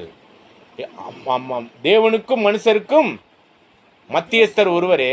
அந்த மத்தியஸ்தருக்குள்ளாக மீட்கும் பொருளை யார் கொடுத்துருக்கிறார்? நம்முடைய ஆண்டவர் எல்லாருக்குமான மீட்கும் பொருளை கொடுத்துட்டாராம். அப்போ நம்ம மீட்கப்பட்டிருக்கிறோம் அப்படின்னா நம்ம ஒரு சிறை இருப்பில் இருக்கிறோம், அல்லது நம்ம என்ன பண்ணுவோம், ஒரு கடனாளியாக நம்ம என்ன பண்ணப்பட்டிருக்கிறோம், நகையை அடவு வச்ச மாதிரி இருக்கிறோம் இல்லைங்களா? எதில்? இந்த சாத்தானுடைய உலகத்தில், பாவத்தில், அக்கிரமத்தில், தீமையில், மரணத்தில் போய் அங்கே போய் அவனுக்கிட்ட போயிடறான். இந்த மரணத்துக்கு அதிபதியாக இருக்கிறவன் நம்மளெல்லாம் எங்கே கொண்டு போயிட்டு இருக்கிறான்? அல்டிமேட்லி மரணத்தில் கொண்டு போயிட்டு இருக்கிறான். அந்த மரணம் என்னும் சிறை இருப்பிலிருந்து, பாவம் என்னும் சிறை இருப்பிலிருந்து ரட்சிக்க வல்லவர் தன்னுடைய ஜீவனே இந்தா எடுத்துக்க அப்படிங்கிற அளவுக்கு கொடுத்து நம்மளை என்ன பண்ணியிருக்கிறாருங்க? மீட்டெடுத்திருக்கிறார். அதுதான் தேவன் காட்டின உச்சிதமான தெய்வீக அன்பை இதில் புரிகிற மாதிரி நம்ம பார்க்கணும். ரோமரில் அந்த 11வது வசனம் வரையும் முடிஞ்சிருச்சா? அதுவும் அல்லாமல் இப்பொழுது ஒப்புரவாக்குதலை நமக்கு கிடைக்க பண்ணின நம்முடைய கர்த்தராகிய இயேசு கிறிஸ்து மூலமாய் நாம் தேவனை பற்றியும் மேன்மை பாராட்டுகிறோம். இது எல்லாருக்குமான ரட்சிப்புல இருந்தாலும் நம்மளுக்கான விசேஷித்த மேன்மை பாராட்டுவதற்கு பரலோக வாய்ப்புக்கான ஒரு வாய்ப்பையும் தேவன் என்ன பண்ணியிருக்கிறாருங்க? நமக்கு மட்டும் ஏற்படுத்தி இருக்கிறாருங்க. இந்த சத்திய வசனத்துக்குள்ளாக தங்களை ஒப்பு கொடுத்து அதற்கான ஜீவியத்தில் இந்த இடுக்கமான வாசல் வழியே புதிதும் ஜீவனுமான மார்க்கம் எங்கே போயிட்டு இருக்குங்க? பரலோகம். அந்த பரலோக மேன்மையான ஒரு அழைப்பு, அந்த ஒரு அழைப்பு இந்த ஆசரிப்பு கூடாரத்தினுடைய வழிகள்லாம் நம்ம பார்த்தோம். இஸ்ரேல் ஜனங்கள்லாம் பாளையத்துக்கு அங்கிட்டு இருந்தாங்க. பாளையத்தில் அவங்க யார் மட்டும்தான் போக முடியும் பார்த்தீங்கன்னா, லேவியரில் அந்த ஆசாரிய கூட்டம் மட்டும்தான் பலிபீடம், தண்ணீர் தொட்டியை தாண்டி, பரிசுத்த ஸ்தலத்தை தாண்டி மகா பரிசுத்த ஸ்தலத்துக்கு போகக்கூடிய ஒரு வாய்ப்பு பிரதான ஆசாரியத்துவத்தை பெற்றுக்கொண்ட அந்த ஊழியத்தில், அப்படிப்பட்ட ஒரு சத்தியத்திற்குரிய ஒரு ஜீவியத்தில் தான் நம்மளை எங்கே கூப்பிட்டுருக்காருன்னா மகா பரிசுத்த ஸ்தலம். மகா பரிசுத்த ஸ்தலம் எதற்கு அடையாளம்? பரலோகத்துக்கு. ஆக அவர் போயிட்டு திரும்பி 2ஆம் வருகையில் மகா பரிசுத்த ஸ்தலமாக பரலோகம் போயிட்டு திரும்பி 2ஆம் வருகையில் வந்து நம்மளை எங்கே கூட்டிகிட்டு போக போகிறார்? ஆனால் உலக ஜனங்களை பிரதான ஆசாரியர் அந்த பரிசுத்த ஸ்தலம் மகா பரிசுத்த ஸ்தலத்தை தாண்டி அங்கே வந்து என்ன பண்ணுவார்னா எல்லா இஸ்ரேல்களையும் அப்படி கையை உயர்த்தி ஆசீர்வதிப்பார். அந்த ஆசீர்வதிக்கிற ஜனங்களை நம்ம இருக்க போகிறோம். யாரை? உலகத்தை. ஒருவேளை இந்த சத்தியத்திற்குள்ளாக நானே வழியும் சத்தியம் ஜீவன் சொன்னேன், அந்த பரலோகத்திற்குரிய அந்த வழியில் மகா பரிசுத்த ஸ்தலத்துக்கு போகிறதுக்கான வாய்ப்பு நமக்கு மட்டும்தாங்க கிடைச்சிருக்கு. இப்படிப்பட்ட ஒரு வாய்ப்பை நம்முடைய 2ஆம் மாதமாக இருக்கக்கூடிய கிறிஸ்து மூலமாக ஓப்பன் பண்ணி நம்மளை எங்கே கூட்டிகிட்டு போகிறார்? பரலோகத்துக்கு. அப்போ மற்றவர்களுக்கும் தெய்வீக திட்டத்தில் வாய்ப்பு இருக்குதுங்கிறத நம்ம பார்க்குறோம். அதை குறித்து இன்னும் தெளிவான காரியங்கள் எல்லாம் நம்ம அடுத்த கூடுகையில் நம்ம தெளிவாக புரிந்து கொள்ளலாம். ஓகே, இந்த ஒரு கூடுகையில் நம்ம என்ன புரிஞ்சுக்கிட்டோம் அப்படின்னா, நம்ம என்ன ஒரு தலைப்பை வேணாலும் எடுக்கலாம். அதில் அந்த வசனங்கள் எங்கெங்கெல்லாம் இருக்கோ அதெல்லாம் தேடி கொண்டாந்தோம்னா பாருங்கள், ஆதாமை பற்றி எடுத்தால் 2வது ஆதாம் வந்து நிற்கிறாருங்க. நம்ம ஆதாமுக்குள்ளே வந்த மரணத்தை பற்றி பார்த்தா 2ஆம் ஆதாமுக்குள்ளே ஜீவனை பற்றி பார்க்குறோம் இல்லைங்களா? இந்த 1ஆம் ஆதாம்னால் சபிக்கப்பட்டதை பார்த்தா 2ஆம் ஆதாம்னா பரலோகம் போகிறதுக்கான வாய்ப்பை பற்றி நம்ம பார்த்துக்கிட்டு இருக்கோம். பூமிக்குரிய ரட்சிப்பு ஆசீர்வாதங்களை பற்றி பார்க்குறோம். சரிங்களா? ஆகவே நாமெல்லாம் எதிரியாயிட்டோம். இப்போ என்ன ஆயிட்டோம்? கிறிஸ்துவனுடைய மரணத்தினால தேவனோடு ஒப்பான உறவுக்குரிய அன்புக்குள்ளே வந்துட்டோம். அதனால் தேவன் எந்த அளவுக்கு இந்த உலகத்தின் மேலே அந்த அக்கிரமம் நிறைந்த பாவம் நிறைந்த தேவனுக்கு எதிரியாக இருக்கக்கூடிய இந்த உலகத்தின் மேலே தேவன் என்ன பண்ணியிருக்கிறாருங்க?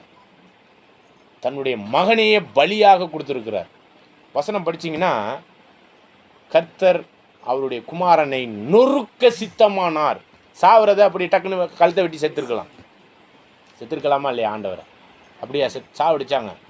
ராத்திரி ஃபுல்லாக காரி துப்புனாங்க, அடித்தாங்க. சாட்டை அடி 39 அடி.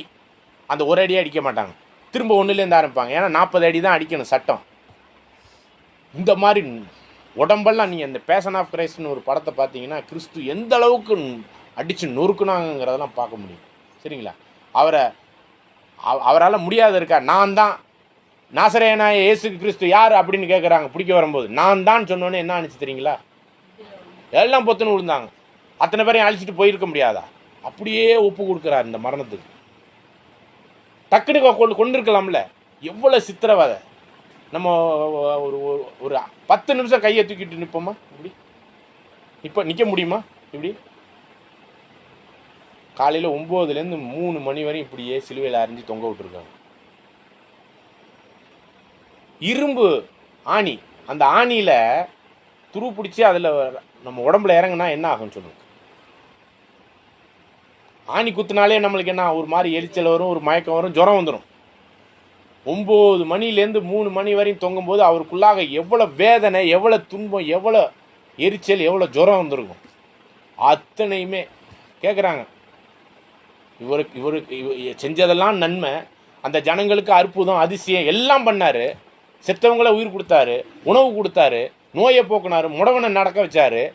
அதே ஜனங்கள் இவரை சிலுவையில் அறைந்து கொல்லும்னு கேட்குறாங்க இல்லைங்களா? ஒரு குறிப்பிட்ட ஜனங்கள் என்ன சொல்கிறாங்க தெரியுங்களா? நீ தேவனுடைய குமாரனானால் சிலுவையை விட்டு இறங்கி வாங்குறாங்க. இது என்ன அர்த்தம் தெரியுங்களா? இந்த வார்த்தையை நம்மளை பார்த்து கேள்வி கேட்டால் நம்மளுக்கெல்லாம் எவ்வளோ கோபம் வரும் தெரியுமா?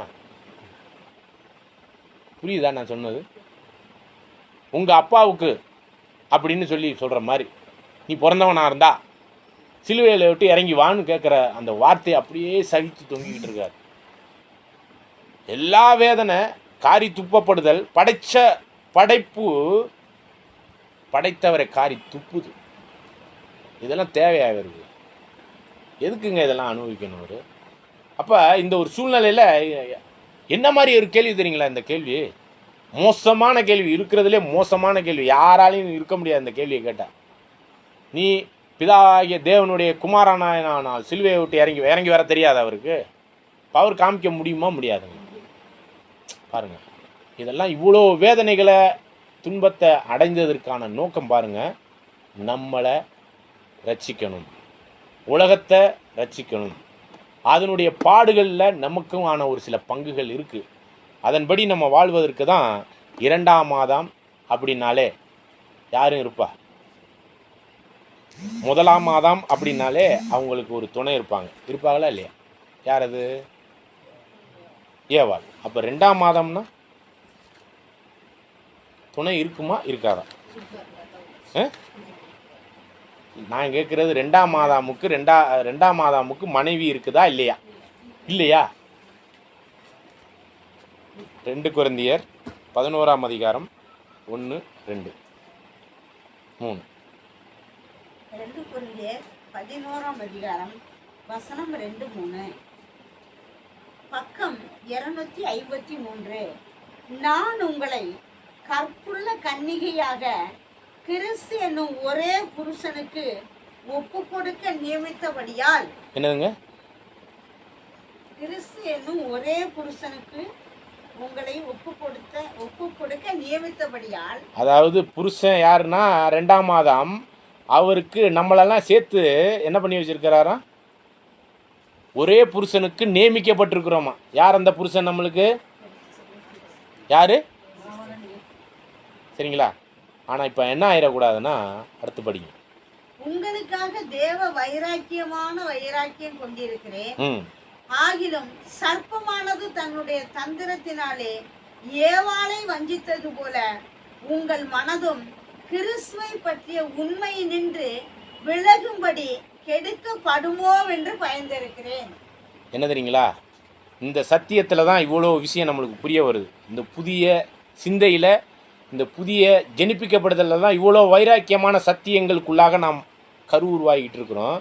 இதை எப்படி சாத்தான் ஏவாளை ஒரு பொய்யை சொல்லி அப்படி வஞ்சிக்கப்பட்டாங்களோ, அதே மாதிரி நாமளும் என்ன ஆயிடக்கூடாதான், நாம் யாருக்கு நியமிக்கப்பட்டிருக்கிறோமா? 2ஆம் ஆதாமுக்கு மனைவியாக நியமிக்கப்பட்டிருக்கிறோம். இந்த இடத்துல மனைவினாக்க இப்போ சகோதரனாக இருக்கிற நானாக இருந்தாலும் சரி, சகோதரியாக இருக்கிற நீங்களாக இருந்தாலும் சரி, அங்கே மனைவியாக எண்ணப்படுகிறோம். சபை தலை யாருன்னா கிறிஸ்து, சரீரம் யார்? நாமெல்லாம் தனித்தனி அவயங்கள். சரிங்களா? ஒன்றாக சேர்ந்து இணைந்து தலையாகிய கிறிஸ்துவுக்குள் மனவாட்டியாக இருக்கிறோம். அந்த சரீரத்திலேருந்து தான் விழா எலும்பை எடுத்து ஏவாள் படைக்கப்பட்டார். அதே மாதிரி தான் கிறிஸ்துவினுடைய விழா எலும்பில் குத்தும் போது ரத்தமும் தண்ணீர் வந்துச்சு இல்லையா, கடைசி சாகரத்து பிறகு. அதனுடைய விளைவு தான் அந்த விழா எலும்புலேருந்து நாம் இப்படியாக தனித்தனியாக எல்லாரும் இணைந்து தலையாகிய கிறிஸ்துவினும் மணவாளனுக்கு மனவாட்டியாக நியமிக்கப்பட்டிருக்கிறோம். சரிங்களா? இந்த ஒரு வாய்ப்பை எல்லாருக்கும் கொடுத்துடல. உலகத்தில் உள்ள அத்தனை பேரையுமே மனைவியாக முடியும்? படிக்கலாம். எபேசியர் 4ஆம் அதிகாரம் 14, 15, 16. எபேசியர் 4ஆம் அதிகாரம் வசனம் 14, 15, பக்கம் 267. நாம் இனி குழந்தைகளாயிராமல் மனுஷருடைய சூதும் வஞ்சிக்கிறதற்கு ஏதுவான தந்திரமுள்ள போதகமாகிய பலவித காற்றினாலே அலைகளைப் போல அடிபட்டு அலைகிறவர்களாயிராமல் அன்புடன் சத்தியத்தை கைக்கொண்டு தலையாகிய கிறிஸ்துவுக்குள் எல்லாவற்றிலேயும் நாம் வளர்கிறவர்களாய் இருக்கும்படியாக அப்படி செய்தார். அப்படின்னா தனித்தனி அவயங்களா ஒருத்தர் சார்ந்து தலையாகிய கிறிஸ்துவோடு இணைவது தான் நமக்கான ஒரு வாய்ப்பாக கொடுத்துருக்காரு. தலை கிறிஸ்து, சரீரங்கம் யாருங்க? நாமெல்லாம் தனித்தனியாக இருக்கும். கிறிஸ்து என்பவர் தலை மட்டும் இல்லை, சரீரமும் சேர்ந்தது தான். அதுதான் 1 கொரிந்தியர் 12:12 படிக்கிறோம், 28 படிக்கிறோம். 1 கொரிந்தியர் 12ஆம் அதிகாரம் 12வது வசனம். எப்படி எனில் சரீரம் ஒன்று, அதற்கு அவயங்கள் அநேகம், ஒரே சரீரத்தின் அவயங்கள் எல்லாம் அநேகமாய் இருந்தும் சரீரம் ஒன்றாகவே இருக்கிறது. அந்த பிரகாரமாக கிறிஸ்துவும் இருக்கிறார். தனித்தனி அவயங்களாக எல்லாம் ஒன்று சேர்ந்தது தான் கிறிஸ்து. அப்பனா தலையை மட்டும் எடுத்துக்கிட்டு கிறிஸ்துன்னு சொல்ல முடியுமா? சரீரமாகிய நாமும் சேர்ந்தாதான் கிறிஸ்து. சரிங்களா? அதுல 27 படிக்கலாம். நீங்களே கிறிஸ்துவின் சரீரமாயும் தனித்தனியே அவயங்களுமாயும் இருக்கிறீர்கள். ஓகேங்களா? இப்போ இந்த 1ஆம் ஆதாம படைச்சு ஏவாளை படைக்கும் போது ஆதியாகமம் 2ஆம் அதிகாரம் 21 படிங்க. ஆதியாகமம் 2ஆம் அதிகாரம் வசனம் 21. அப்பொழுது தேவனாகிய கர்த்தர் ஆதாமுக்கு அயர்ந்த நித்திரையை வரப்பண்ணினார். அவன் நித்திரை அடைந்தான். அவர் அவன் விழா எலும்புகளில் ஒன்றை எடுத்து அந்த இடத்தை சதையினால் அடைத்தார். தேவனாகிய கர்த்தர் தாம் மனுஷனில் எடுத்த விழா எலும்பை மனுஷியாக உருவாக்கி அவளை மனுஷனிடத்தில் கொண்டு வந்தார். அப்பொழுது ஆதாம், இவள் என் எலும்பில் எலும்பும் என் மாம்சத்தில் மாம்சமாய் இருக்கிறாள். இவள் மனுஷனில் எடுக்கப்பட்டபடியினால் மனுஷனில் எடுக்கப்பட்டபடியினால் மனுஷி எண்ணப்படுவாள் என்றான். இது நிமித்தம் புருஷன் தன் தகப்பனையும் தன் தாயையும் விட்டு தன் மனைவியோடு இசைந்திருப்பான். அவர்கள் ஒரே மாம்சமாய் இருப்பார்கள். ஓகே, இப்போ அதே எபேசியர் 5ஆம் அதிகாரத்தில் 30வது வசனத்தை வாசிக்கலாம் பாருங்க. எபேசியர் 5:30. நாம் அவருடைய சரீரத்தின் அவயங்களாயும் அவருடைய மாம்சத்திற்கும் அவருடைய எலும்புகளுக்கும் உரியவர்களாயும் இருக்கிறோம்.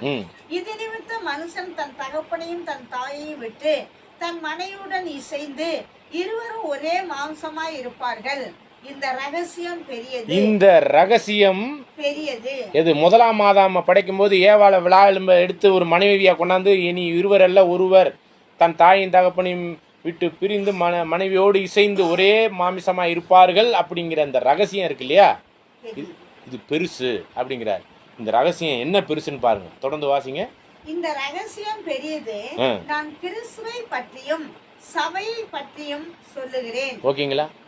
அப்ப 2ஆம் ஆதாம் யாருன்னா கிறிஸ்து, அந்த சபை யாருன்னா ஏவாள். எந்த ஏவாள்? நாம் தான் அந்த ஏவாள். அந்த சபை தான் தலைச்சன் பிள்ளைகளுக்குரிய வாய்ப்புல இருக்கிற இந்த சபை தான். இந்த ரகசியம் பெருசு. இது கணவன் மனைவியினுடைய உறவுக்கு ஒப்பிட்டு சொல்றார் பாருங்க. இந்த ரகசியம் யாருக்காச்சும் தெரியுமா கிறிஸ்தவத்தில்? ஆகவே அன்புக்குரியவர்களே, இதை பற்றி நம்ம இன்னும் ஆழமாக எவ்வளோ வேணாலும் போயிட்டே இருக்கோம். தேட தேட அப்படியே புதையல் மாதிரி வரும். இதுதான் என்னன்னு பார்க்குறோம், சத்தியம். ஆனால் இது நாள் வரையும் இதே வசனம் தான் நம்ம கையில் இருந்துச்சு. புரிஞ்சு கொள்ள முடிஞ்சிச்சா? ஆகவே நாம் யாருக்காக நியமிக்கப்பட்டிருக்கிறோம்னா இந்த 2ஆம் ஆதாமுக்குரிய ஏவாளாக நியமிக்கப்பட்டிருக்கிறோம். இப்படிப்பட்ட ஏவாள் எங்கே அழைக்கப்பட்டிருக்கிறான்? பரலோகத்துக்கு. மற்றவங்களாம் பூமியில தான். இந்த வாய்ப்பை கொடுத்துருக்கிறாருங்க நம்முடைய தேவன். மற்றவர்களை காட்டிலும் இந்த சத்தியத்தில் ஜெனிப்பிக்கப்படுறவங்களுக்கு மட்டும்தான். அதனால தான் பரலோகத்தில் பேர் எழுதப்பட்ட முதற் பேரானவர்களின் சர்வ சங்கமாகிய சபைங்கிறது மணவாட்டி. யார் அந்தது? ஏவாள்.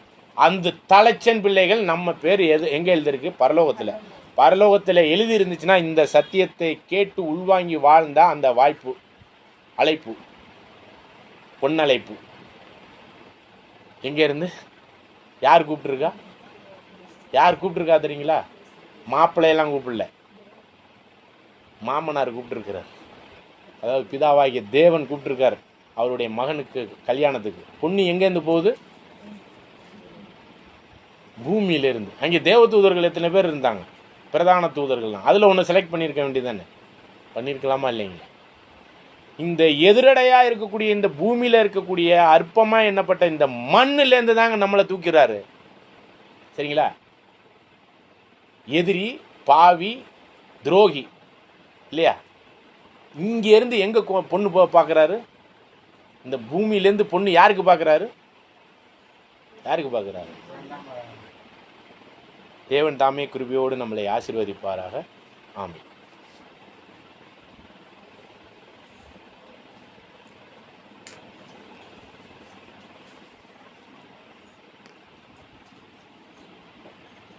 அன்புக்குரிய சகோதரர்களே, நாம் அனைவரும் எழுந்து நின்று ஜெபம் செய்வோம். நிறைவு செய்வோம்.